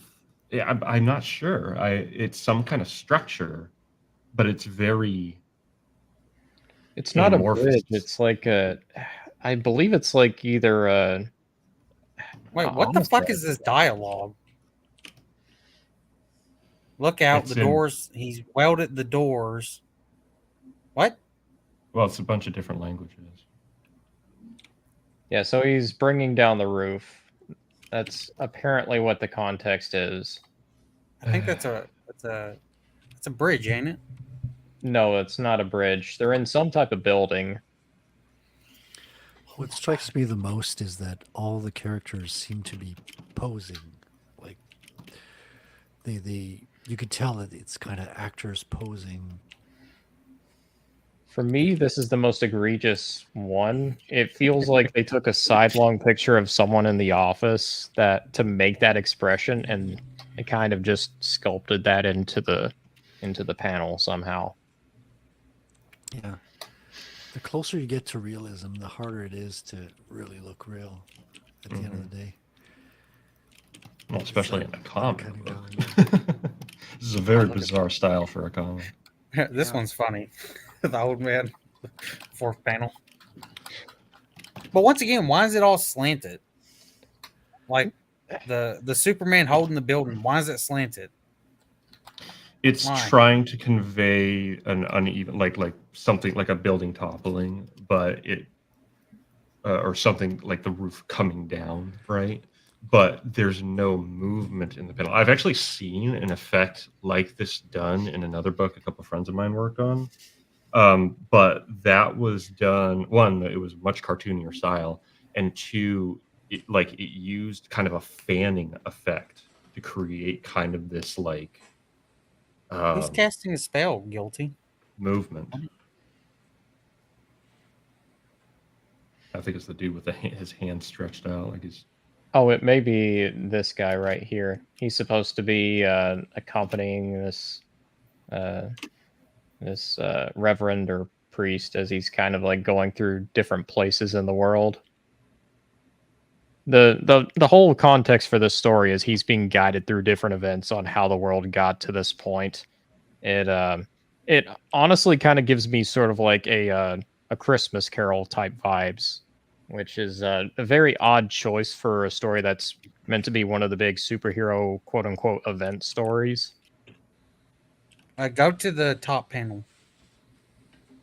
He says the top, the guy on the right holding both hands out. This This dude, guy? Nicolas Cage. He does look like Nicolas Cage. He's casting a spell. I think it's just more of kind of like how he was drawn to give that sort of like panicked pose. I can sort of see what Guilty's saying. It's just for me, it's more just odd posture that he's drawn in. I mean, the technique is perfect. Like the rendering is immaculate. It's just there's a bit of dynamism that's missing in the layout, in the reading, in the flow. I'll give Alex Ross this. The people here, they're actually not the worst by any stretch. No. It actually conveys the tone of it better than the paneling and, well, these faces. Well, I think that there's a really important kind of lesson to take from stuff like this, where a traditional painter, like classically trained painter, is not the same as a comic artist, right? Just inherently, Yeah. right? I think too often it's like you see this happen sometimes where it's like you'll take someone, even in like writing especially, where it's like you'll take someone who did television writing for like an animated series for 15 years or whatever, and then it'll be like, hey, you know how to write, let's throw you into to write a movie script and it'll go fine, right? It's like, well, no, because they've been writing for 15 years doing something completely different. I feel like a lot of the time that's something that the industry either has a hard time understanding or just kind of wants to attach names to things. So they're just like, yeah, we're just going to grab whoever. And we looked at your go for it. website a little bit earlier. Went through a Oh, yeah? couple of your pages. What inspired you to get in art? Well, a number of things, but I guess the primary thing was I got into writing when I was younger, as a means to kind of get ideas out of my head. And then slowly over time, I realized I was so visually inclined that it's like, well, I better start learning how to draw, or else I'm gonna have to hire someone, and I don't have money, so might as well learn how to Oh, tunes after that. Because I was like, well, did I lag or he lag? I think Animated Moon lagged for a Yeah, second. it lagged for a bit. did I lag? What'd you last hear? It was the just for a last sentence, second. Yeah. Ah, okay. But yeah, so I got into cartooning, again, kind of to just like explore. So funny enough, I was actually inspired by the game Rayman Origins initially to get into cartooning. Oh, So what'd you I say? like that I think style. my volume might be a little bit low. Let me crank it It up might a bit. let's see, maybe the No, I heard you just It's find fine. Animated Moon. okay. Yeah, I think and it's I me. can see that from your artwork too. Sort of like that Rayman Origins style, where it's a Mhm. little loose, a little quirky. Yeah, I do see quite a bit of that in your own artwork. Particularly the more cartoony stuff, which I think is more than my natural speed. Was there any particular book or artist or video game? that- Like I said, Rayman Origins for one. But as far as like, I guess as far as the atmosphere of my work goes, the number one will always be Ico. Which is, if you don't know, is the like the prequel to Shadow of the Colossus, which is another one that really inspires me. No, I know the game. Yeah, and so that one in particular, but the big thing that inspired me artistically as well was music. Peter Gabriel, especially when I was younger. Yes, Rush, Jethro Tull. Jethro Tull probably being the most influential on my stuff. Like that's a lot of where I kind of draw stuff from. Book wise, I'm actually not a huge reader. I have stuff that I enjoy. I particularly enjoyed when I was younger the Redwall series. So that was definitely inspiring. But I also remember reading a story called Chronicles of Thomas Covenant, which I just finally finished after like over 10 years of reading that series recently. And that book completely shifted my perspective on what could be done with power in a story. And that's why I don't really care for superheroes and stuff like that, is I don't feel like it really explores the more interesting aspects of power all that much. Was that one of sometimes your it main does. inspirations for the Blind King? Kind of in a kind of not like directly, but actually kind of in more than one way, I would say. So the big thing behind Covenant is it doesn't have a ton of like in-depth things about cultures or blah blah blah, right? It's actually very minimalist with its world building. It's very like stark. Actually, people who like that stuff would actually probably find it kind of boring.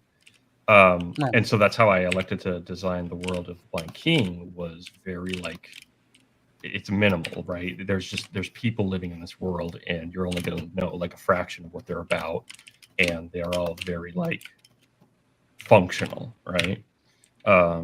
But as well, though, that aspect of power definitely plays into the story. It definitely is something that is explored as a sort of kind of an ethical concept, but not like directly, as it were. So yeah, I would say so. Why don't you do a thing for me? Give me an elevator pitch for Blind King. Oh gosh, freaking! I've been asked this like 5 times, and I never know what to say because it's such a weird freaking story. You want to But it's- know? You want to know what comparison I always think of when I see your artwork? What's that? Have you ever seen any screenshots for the game Journey? Oh yeah, that was definitely an influence as well. Yeah, for I sure. really get that kind of impression when I see your artwork. Yeah, no, that definitely plays into it. That very like almost melancholic kind of world building and the just there's more to what you're seeing than you realize. I love stuff like that. Yeah, there's like an element of elegance. There's kind of also a bit of somberness and tragedy there, but it's very freeform, a little abstract too. Oh yeah, definitely. All right. But okay, so the elevator pitch for blanking. So, story follows a girl in a world she doesn't understand. It's an abstract world that she is kind of thrown into. So she is both figuratively and literally blind. Upon entering a bastion for people who are blind, she witnesses an element to this world that has the potential to completely flip her perception and her perspective on it upside down. And so you are following her, learning what that actually means and what that entails. So everything she sees, everything she meets, kind of is asking the question, what's really happening? And who is she really in this world? That's the premise of the story. Now, correct me if I'm wrong. If I remember correctly, some of the drawings you've shown, it's kind of like it kind of looked like maybe it's post-apocalyptic world with like a fantasy. That's a way to put it, but it is and it isn't is the best way I can describe it. It's like this is I wouldn't say this is spoilery, but it's something to think about while you read the story. Let's say the post-apocalypse happens. Now let me ask you what happens next. When you rebuild, is it a post-apocalypse anymore? And if that happens again, do you still call it a post-apocalypse? So you're kind of getting into the territory where it's not really post-apocalypse, but more to be kind of edgy about it, post-apocalypse. It's what happens well after the apocalypse. How does civilization rebuild? So when I'm saying post-apocalyptic, I'm not meaning like you have to follow the genre, Yeah. typical post-apocalyptic. I'm just meaning from what I remember, I think you like in the desert there was clearly how do I put it, like modern technology ships and stuff like that, if I remember correctly. Correct me if I'm wrong. No, you're absolutely right in those observations, like 100%. Like, and especially this next part of the story, you're going to see that in like full scope, just to like what extent, and hopefully, if I lay it out well enough, to what end rebuilding actually is, because it's not just people like entering a post-apocalypse, rebuilding, and then another post-apocalypse. There is a factor that is put, like there's a motivator behind it. There is a prime mover, if you will, that's integrated into it, basically, right? And so what you have is it's more comparable. Let me put it this way: it's more comparable to something like the Bronze Age collapse, right? Right. And after it's as though, let's say, okay, the Bronze Age collapse happens, the technology of that time collapses, the society of that time collapses, and when they rebuild, it's like, okay, now we have a completely new set of technology, we have a completely new set of ideas. But it goes even further than that, because the world itself changes in such a way that new concepts and new abilities open up. So you have technology, you have magic, you have mysticism, you have kind of this runic sort of style of systems or what have you, right? and all of them are kind of converged, like stacked on top of each other, as it were. Right. I don't want to say too much because I think part of the fun of it is kind of like sorting out all that. But I don't know. For whoever sees this, see if we can talk about it here. I guess that you have a little bit of insight there. But yeah, you guys are on the right track. Like you're seeing like these aspects of technology that seem to be kind of forgotten, but like, will it forever be forgotten, or what else will come along? That sort of thing, you know. Yeah, I'm showing off some of your website and your art of. That was for the film, the short film in particular. That's for the short film. Yeah, there is some concept art for some of the characters. I actually drew the fisher in the desert. If you go back to the beginning, some of the early sketches of him in that during that planning phase, just for the fun of it. So he's actually a very old character. Yeah.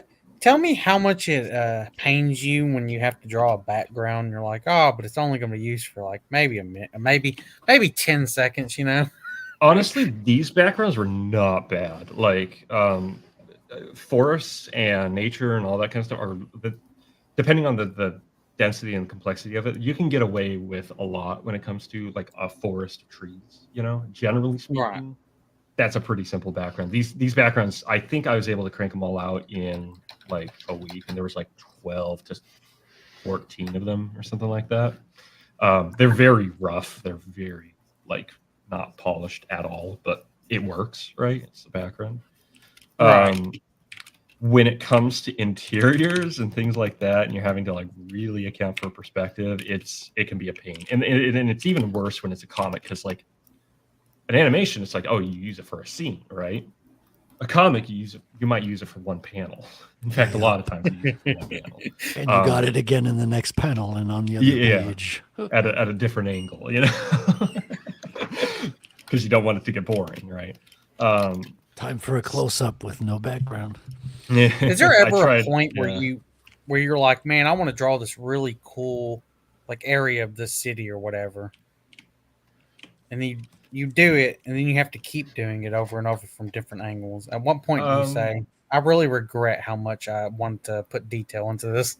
Oh, you immediately regret things, right? I'm doing that right now. The page, I can share some of the pages I've been working on here.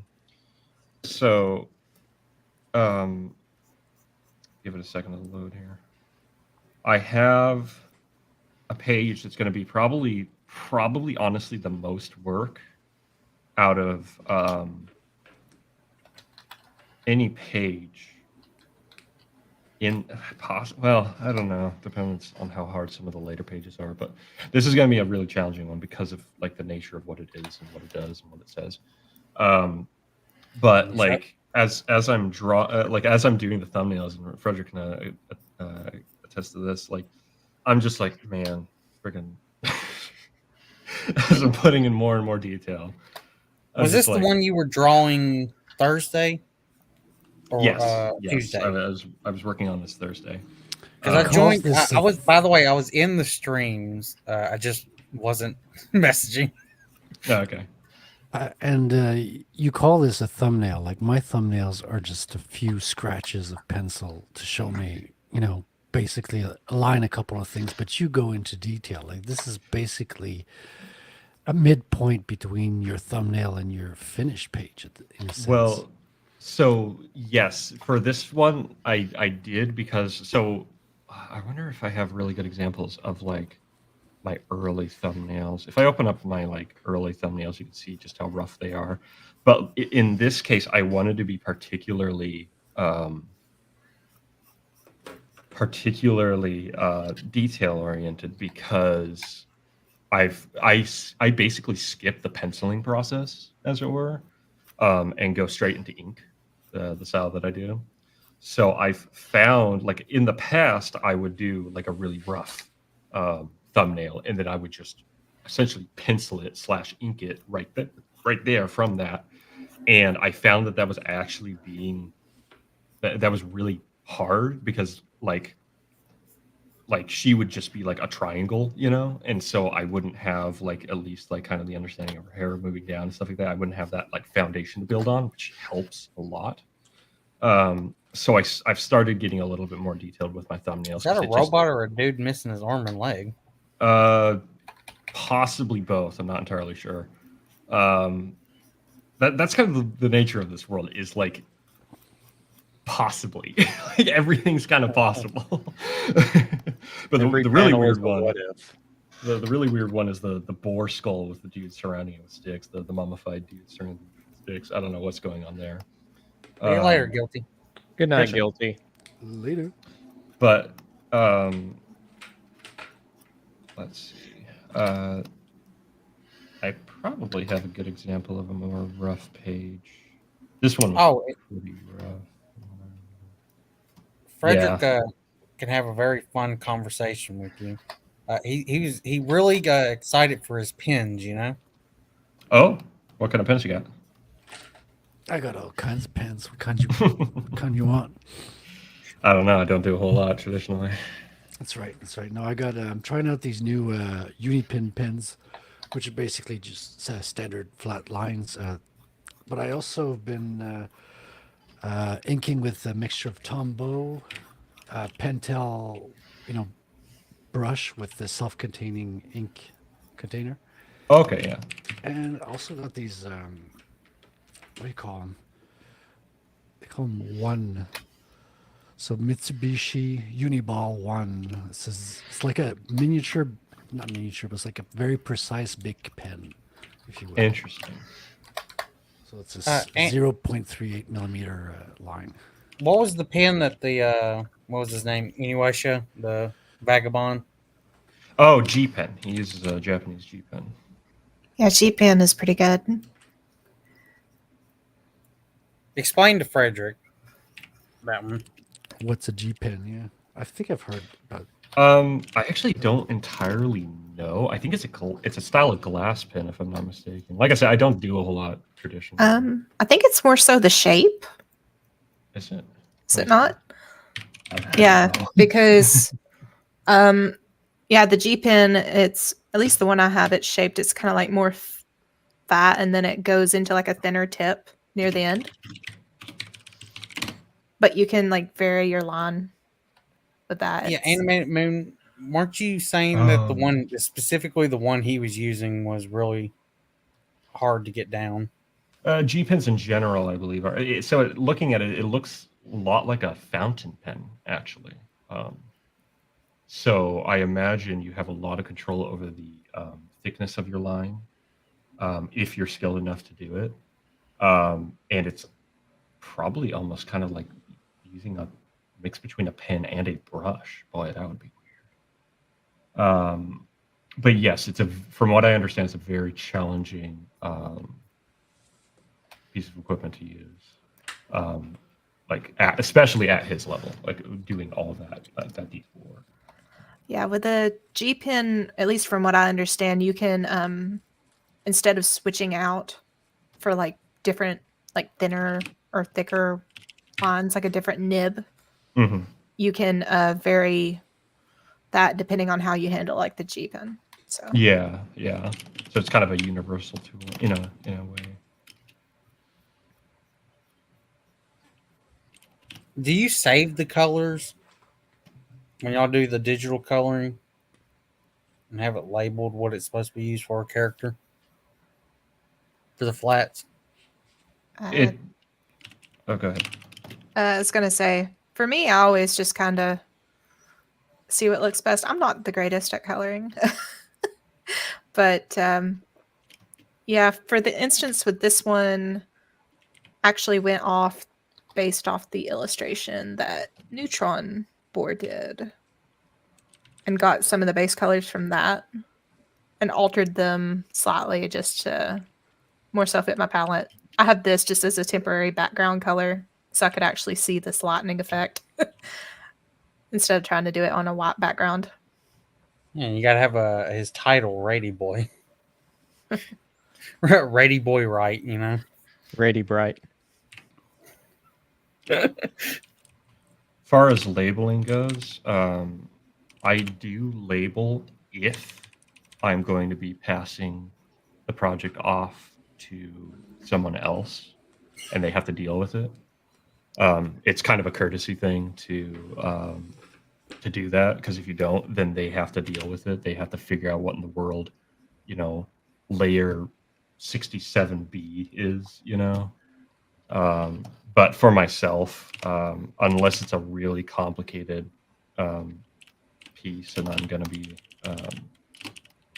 dealing with layers down the line, I usually don't. Was it you who really likes Mike Mignola's kind of flats, colors and flats? he Oh, I uses love for his drawing? stuff. Or, I think both. or of was us it you do, or Frederick? Which one It's was both it? of us.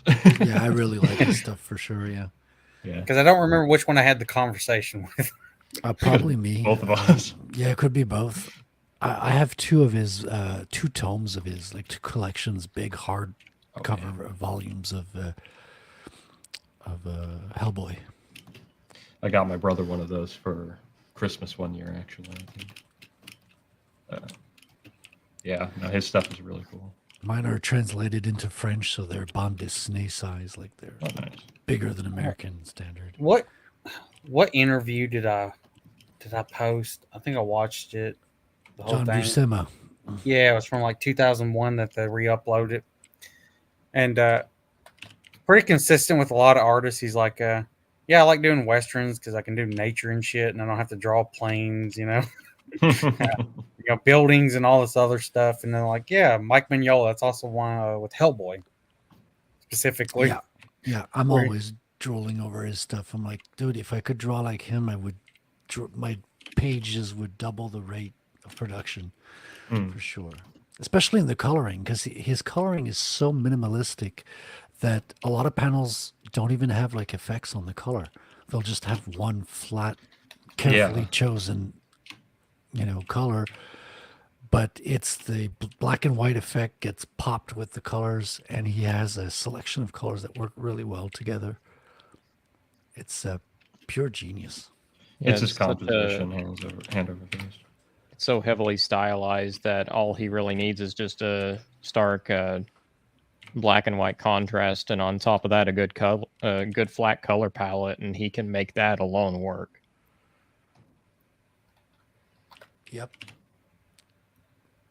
That's because he understood how to do the.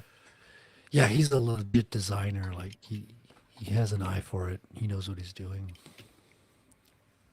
Plus, there's kind of a parallel with him and Mira from Berserk, where especially because Hellboy loses his eye as well, and he does a lot of the kind of eye glow panels as well. There's a lot of influence. I'm convinced Mike Mignola takes from a lot of pulp heroes. You'll also kind of see where he'll do his own covers for like Solomon Kane, Conan. I believe he's done some for Elric and Melnibide and Fafhrd and the Grey Mouser. My favorite work of his is when he adapted from the movie Bram Stoker's Dracula.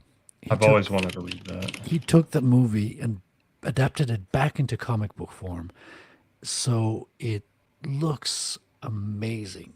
Like, it's incredible. The style is just fantastic. I bought those 4-issue miniseries, but I've lost them since. It just haunts me to this day. That's a shame.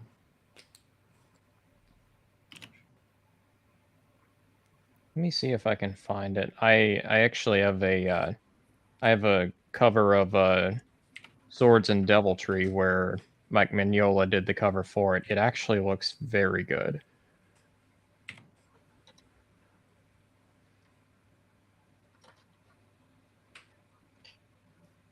Damn, he picked a bad day to go fishing. It's overcast. So maybe that's what he's doing. I don't Just a lightning strike in the back. know. Who knows? Maybe he runs off of electricity, so he's looking for that. He's like, come on, hit me. What was it? Uncle Buck? No, it wasn't Uncle Buck. Great Outdoors.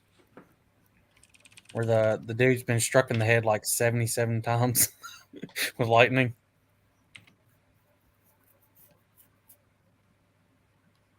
If y'all watch not Uncle Buck, but Great Outdoors I'm afraid I haven't seen that. I've never seen that one. with Dan Aykroyd and what's his name? I have seen Uncle Buck though, but it's not the one you're talking about. So this is one of my favorite Mike Mignola covers, honestly. I think he did a really Ooh. good job with the color palette. Very It also Look at fits the that. tone of Lankmar very well. Like Fritz Lieber's writing style, it fits this whole kind of like tone that he's going for here. It's very What was- colorful.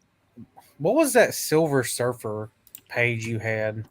Or was it you or Moebius? Team Kage? We were both sharing some Silver Surfer pages. Yeah, I had some Moebius Silver Surfer as well. I forgot which one it was, but like the actual layout with it was pretty damn good with the planets and stuff and him flying. It's Mobius. You're gonna get good layouts with Mobius. I know I was looking up some of the artwork that Jim Starlin did for Silver Surfer, which is really high quality.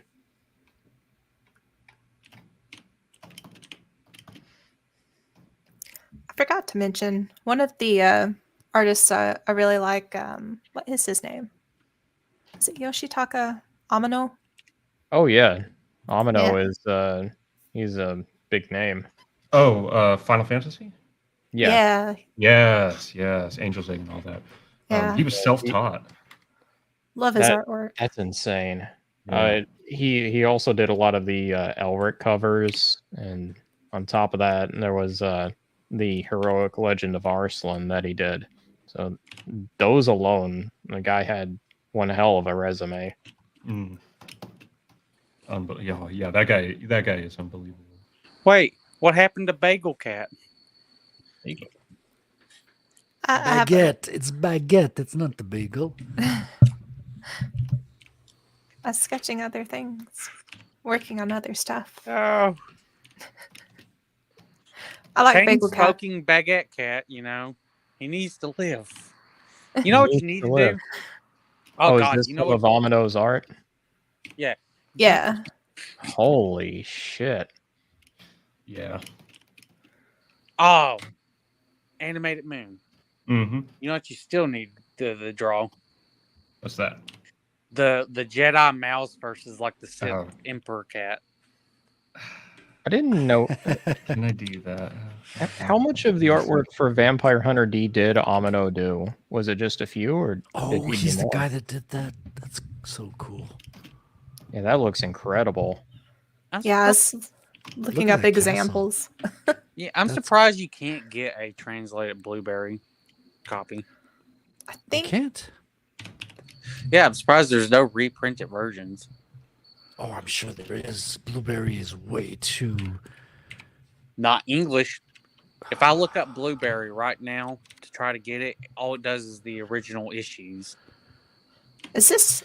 I'm not Oh. sure what series this is. How This far looks like along it are could you be in out of your- Final Fantasy. I thought when I was looking up, it maybe said Final Fantasy, but I'm not sure. I got blueberry English muffins. Also, really like this cover for Heroic Legend of Arslan. It's really good. Jean-Giraud. That's actually the sketch that I've been working on recently, based off of that design. Oh, Otter, look up Yeah. something for me. Look up when the in Berserk, the tentacles, when they show up. What year Dude. did that come out? I found some blueberry in English.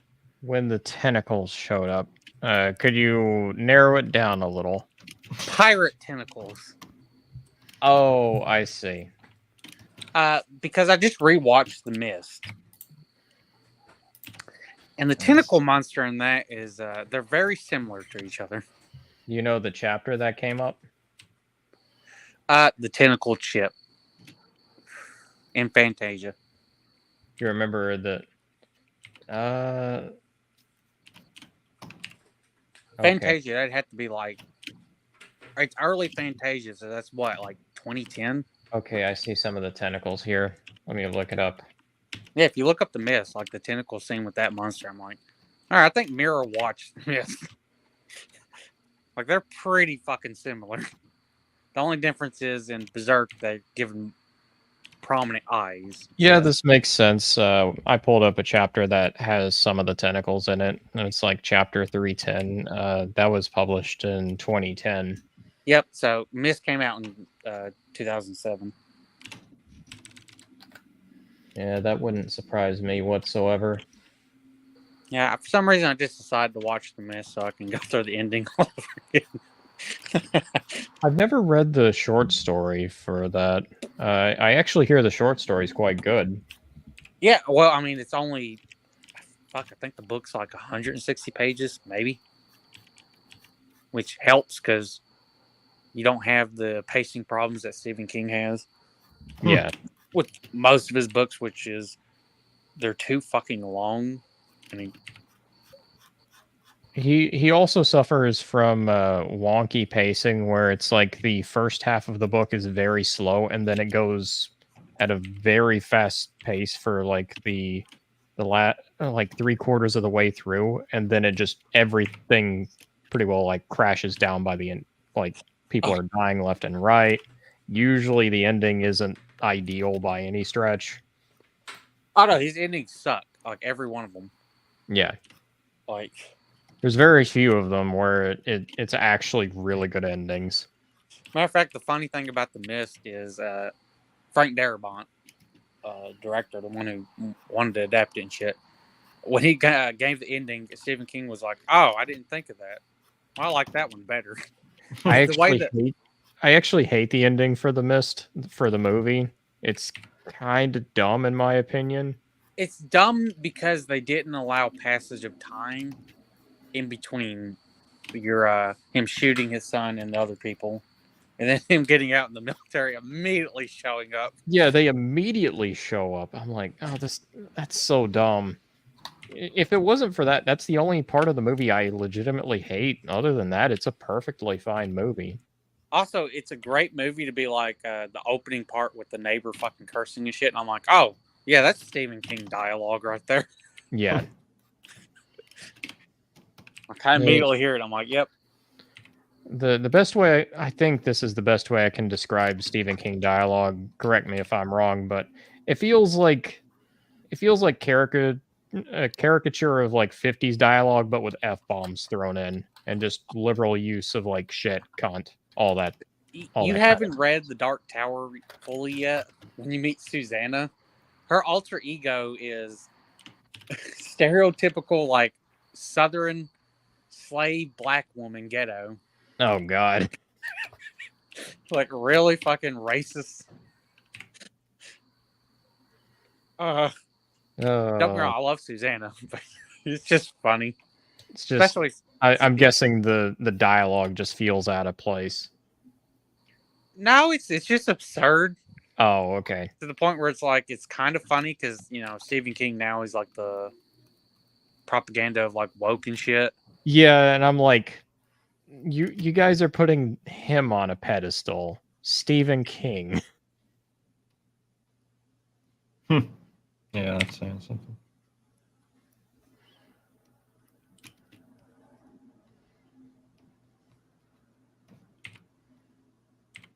Yeah, put the dude who put so many racial slurs in his stories that you can mistake it for like a KKK, pamphlet,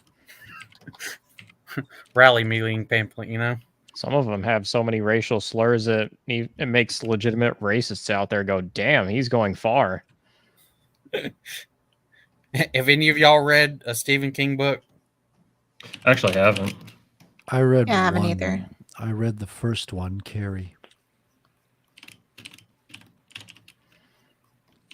Surprisingly, The Dark Tower is the least like Stephen King in a lot of ways.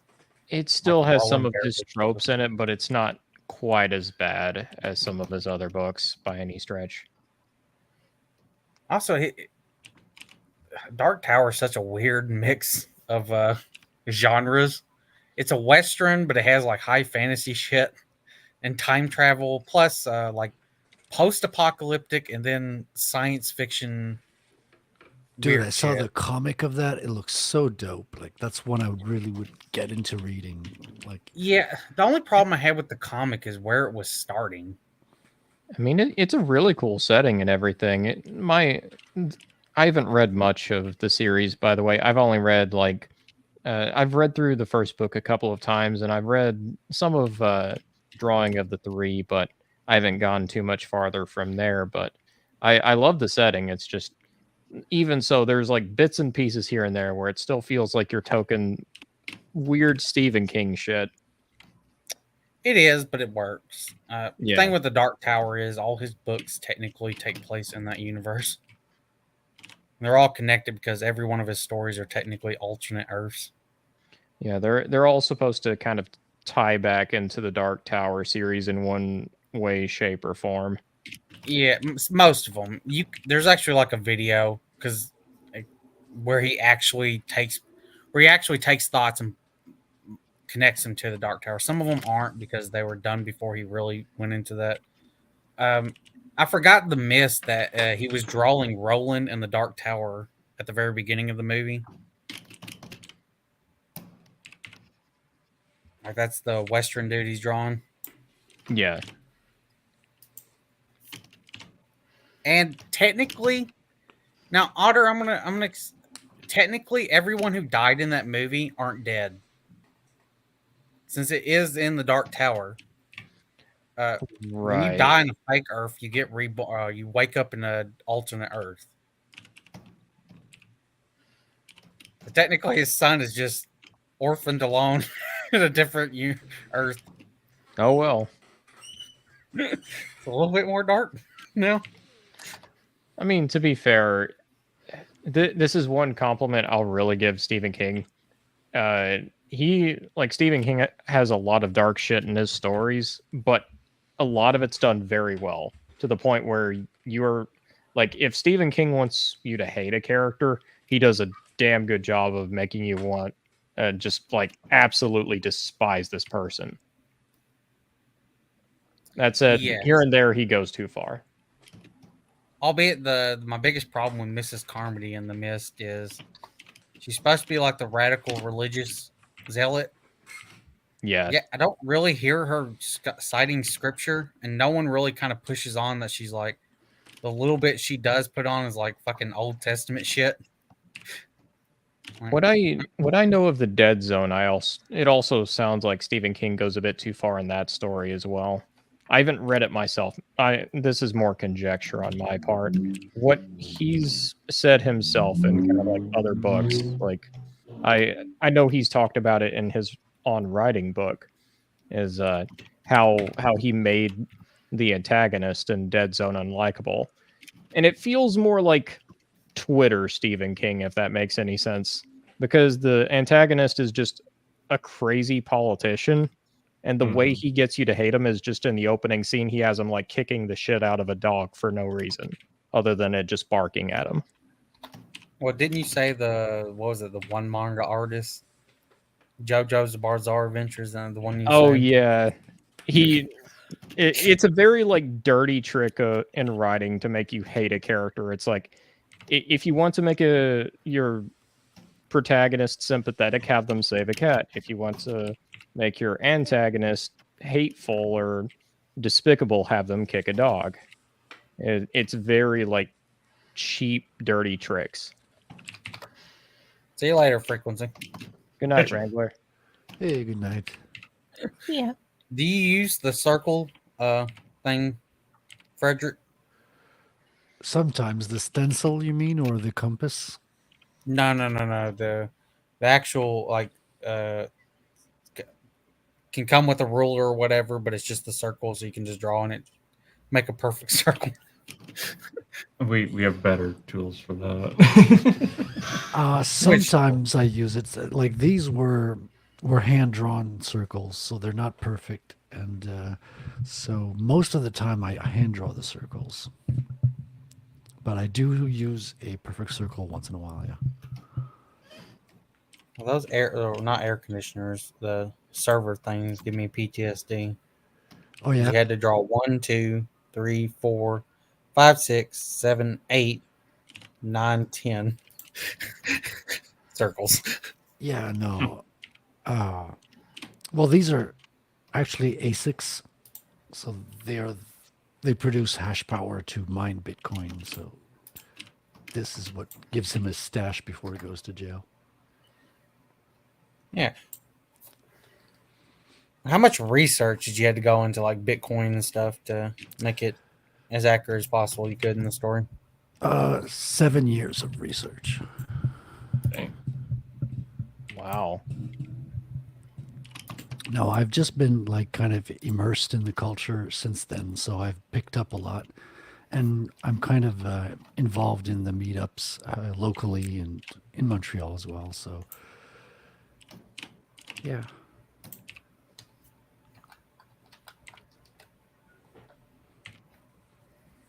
Make everyone show off their shit. Here we have a Rady boy.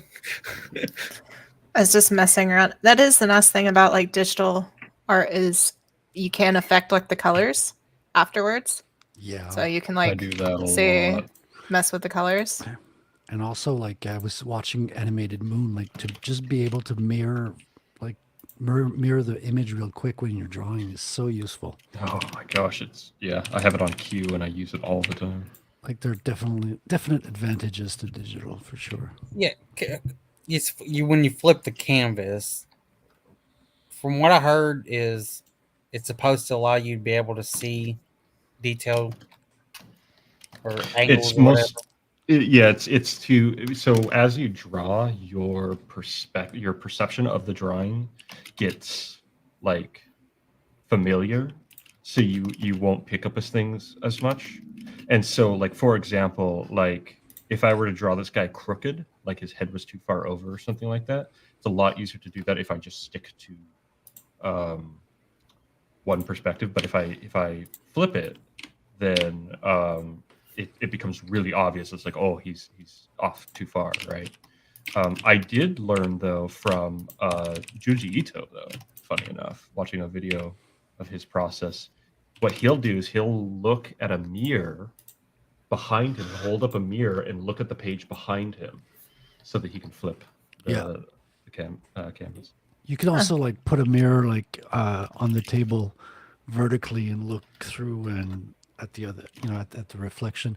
It's useful sometimes when you're drawing faces as well, like depending, especially when it's hand drawn, you can tend to have your head slanted a little bit to one side of the page, so you can your character might be deformed a little bit due to your slanted view. So to be able to see the mirror image of that will show you quickly if the face is slanted in one way, because you'll be seeing it in the opposite. Becomes obvious. Some mistakes become more obvious when they're mirrored.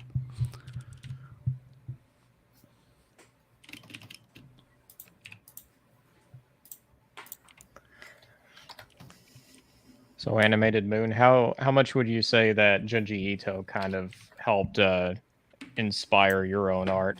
I've seen some of his work, especially with like Uzumaki and a few other short stories he's done.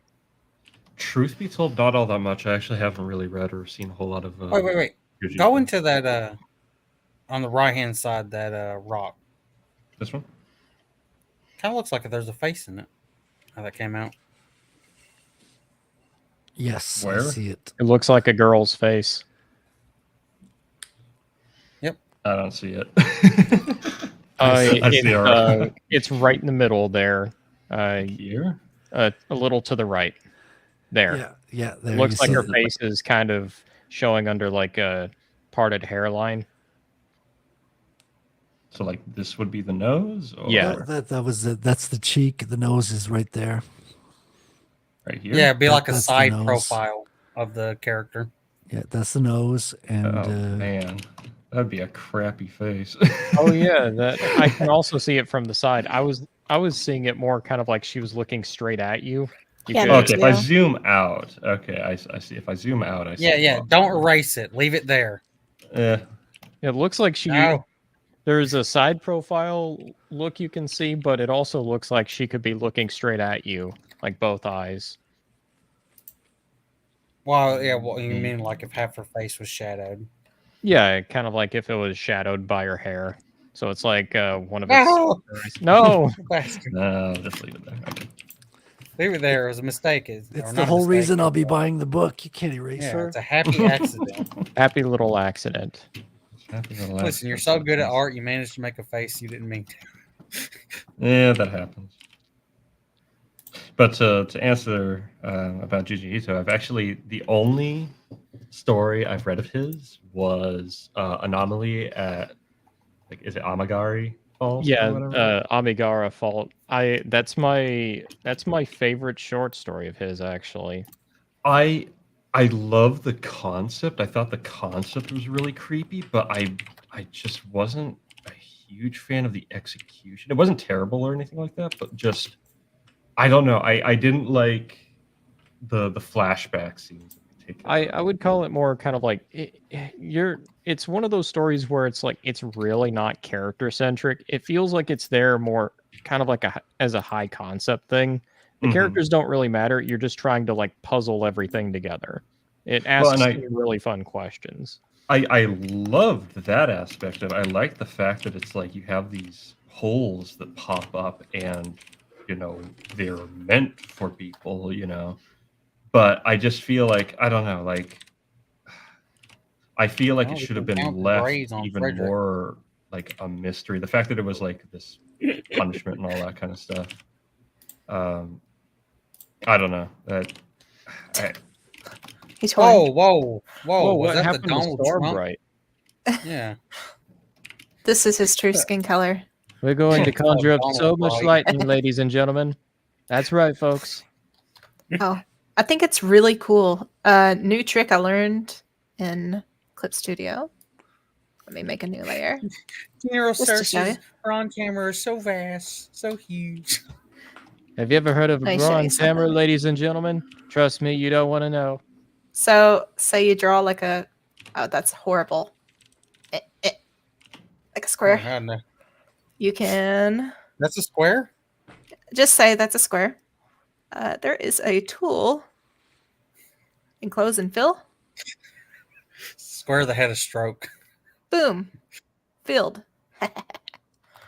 It's cool. I did not know All right, that. draw us the square again. Square.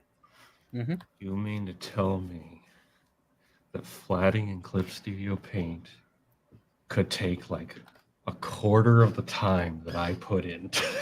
Dude, And it took me Oh. three chapters of a comic where I'm flatting everything to learn. I was wondering why this one looked odd. I was drawing on this overlay layer. I saw a great video on Krita doing flatting with just dots. You just put dots into your line art, and Krita would just guess the shape. And wherever it was wrong, you just put opposite dots or whatever, and then boop boops really quickly. You can get good flats from your line art. I've been learning some tricks for quick flatting, and the one that I landed on was the reverse selection. You select everything opposite of the subject, and then you're able to fill it in. But I think that tool does that, so I'm gonna look forward to using that. Yeah, flatting's the worst It's time sucker, yeah, I hate time flatting. drain. I really love how in Clip Studio you can put a layer above it, and you can do clip to layer below. Oh and yeah, it just do within that. So that is what that orange is.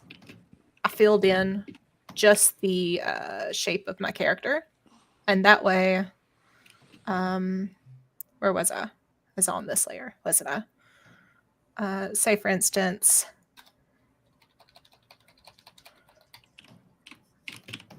well, why is it not working?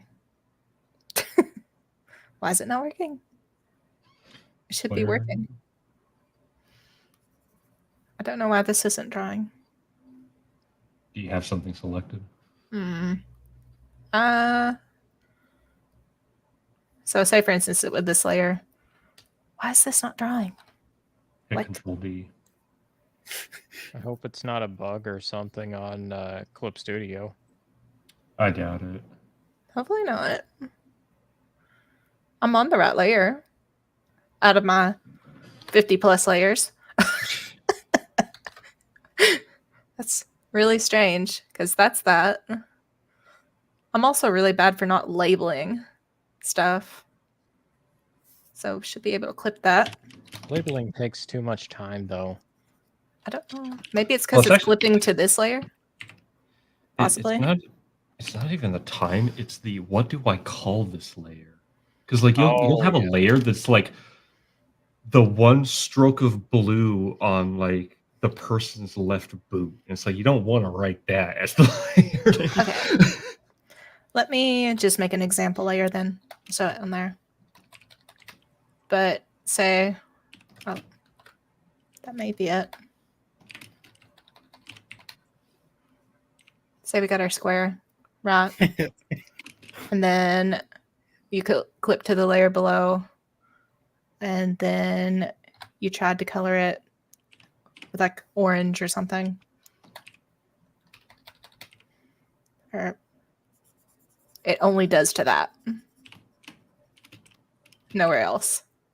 Because it's just the line. Whatever's on this layer below, it'll do it to it.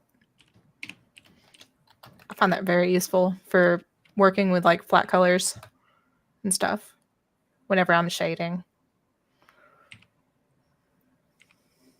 That make my brain hurt.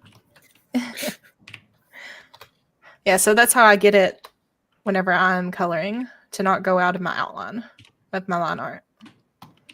I regularly use that for doing gradient lighting. That's like an integral part of my technique is being able to put gradient transitions to give a quick light transition to an object or a character. Super nice. How many pages you got left to color, Frederick?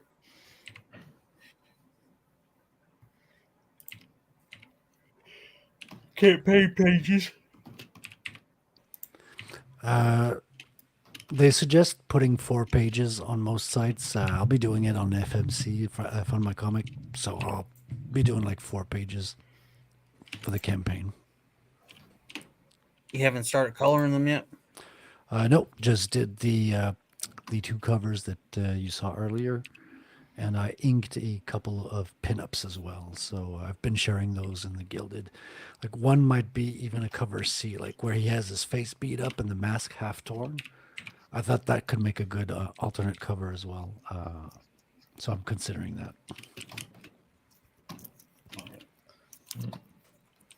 Oh my gosh, I had such a dumb moment. I was like, why isn't this appearing on this? And it's because it was with the same color.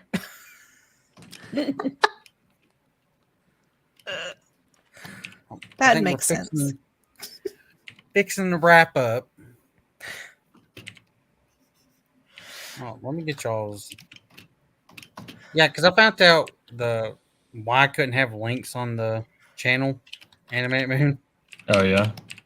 It's because you have to actually send like a verification on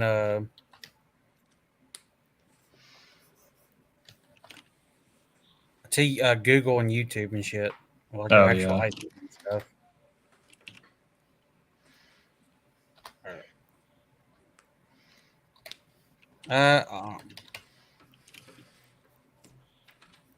So what I'm gonna do is I'm gonna open up all your links, and then while we do your outros, I'll just pull it up, share screen.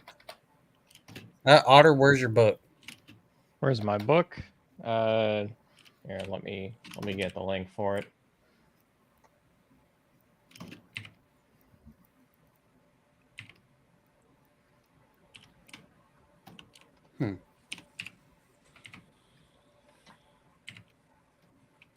Oh yeah, I also for some reason got recommended like a 1950s Looney Tunes, like extremely like extremely racist cartoon. Some of their earlier shit is it goes there. This one's literally called So White, and the Sebin with the Sebben dwarves. Someone was like doing like a restoration of it. Yeah, that's been going around. I've seen that pop up a few times. But alrighty, I'm gonna wrap it up. Animated Moon, Part Plugs. Yes. You can find me streaming on YouTube at The Animated Moon. That's my channel. I stream 6 to 8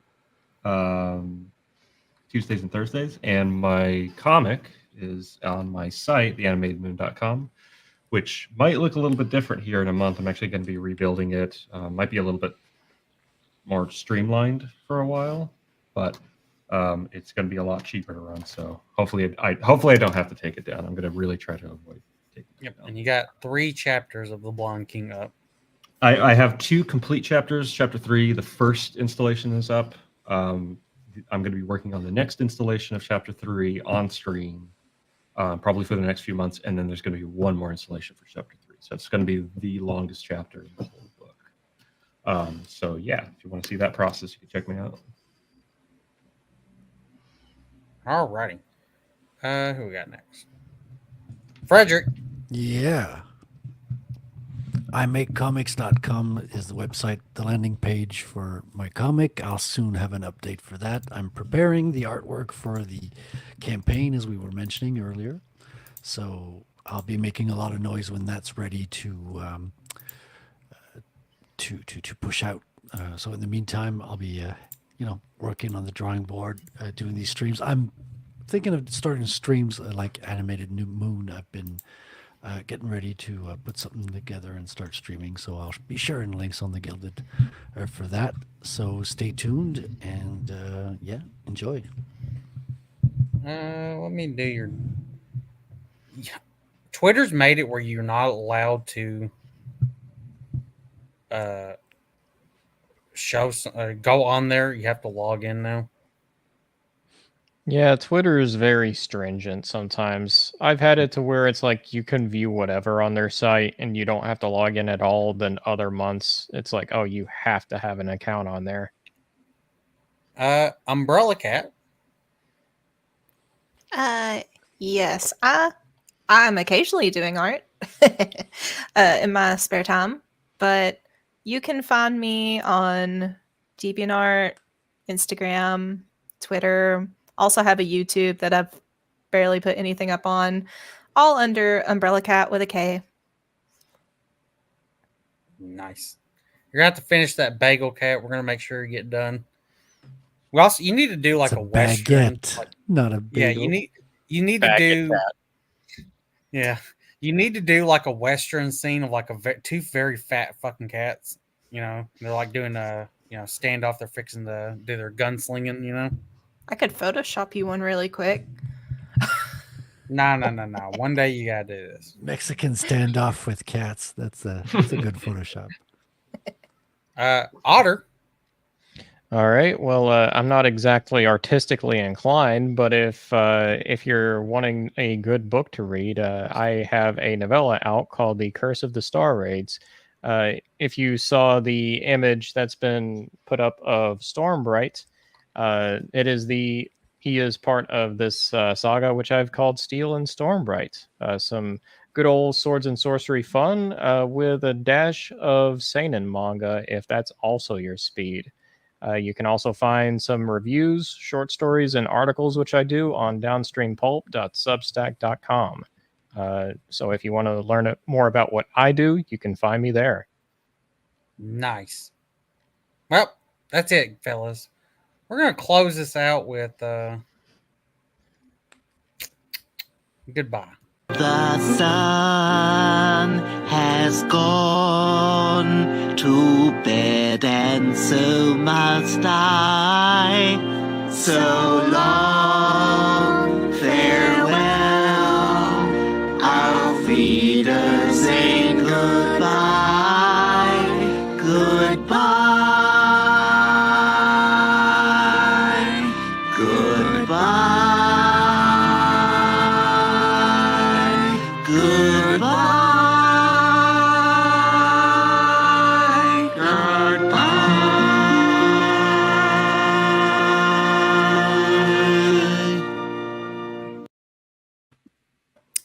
Good night, everybody. God bless.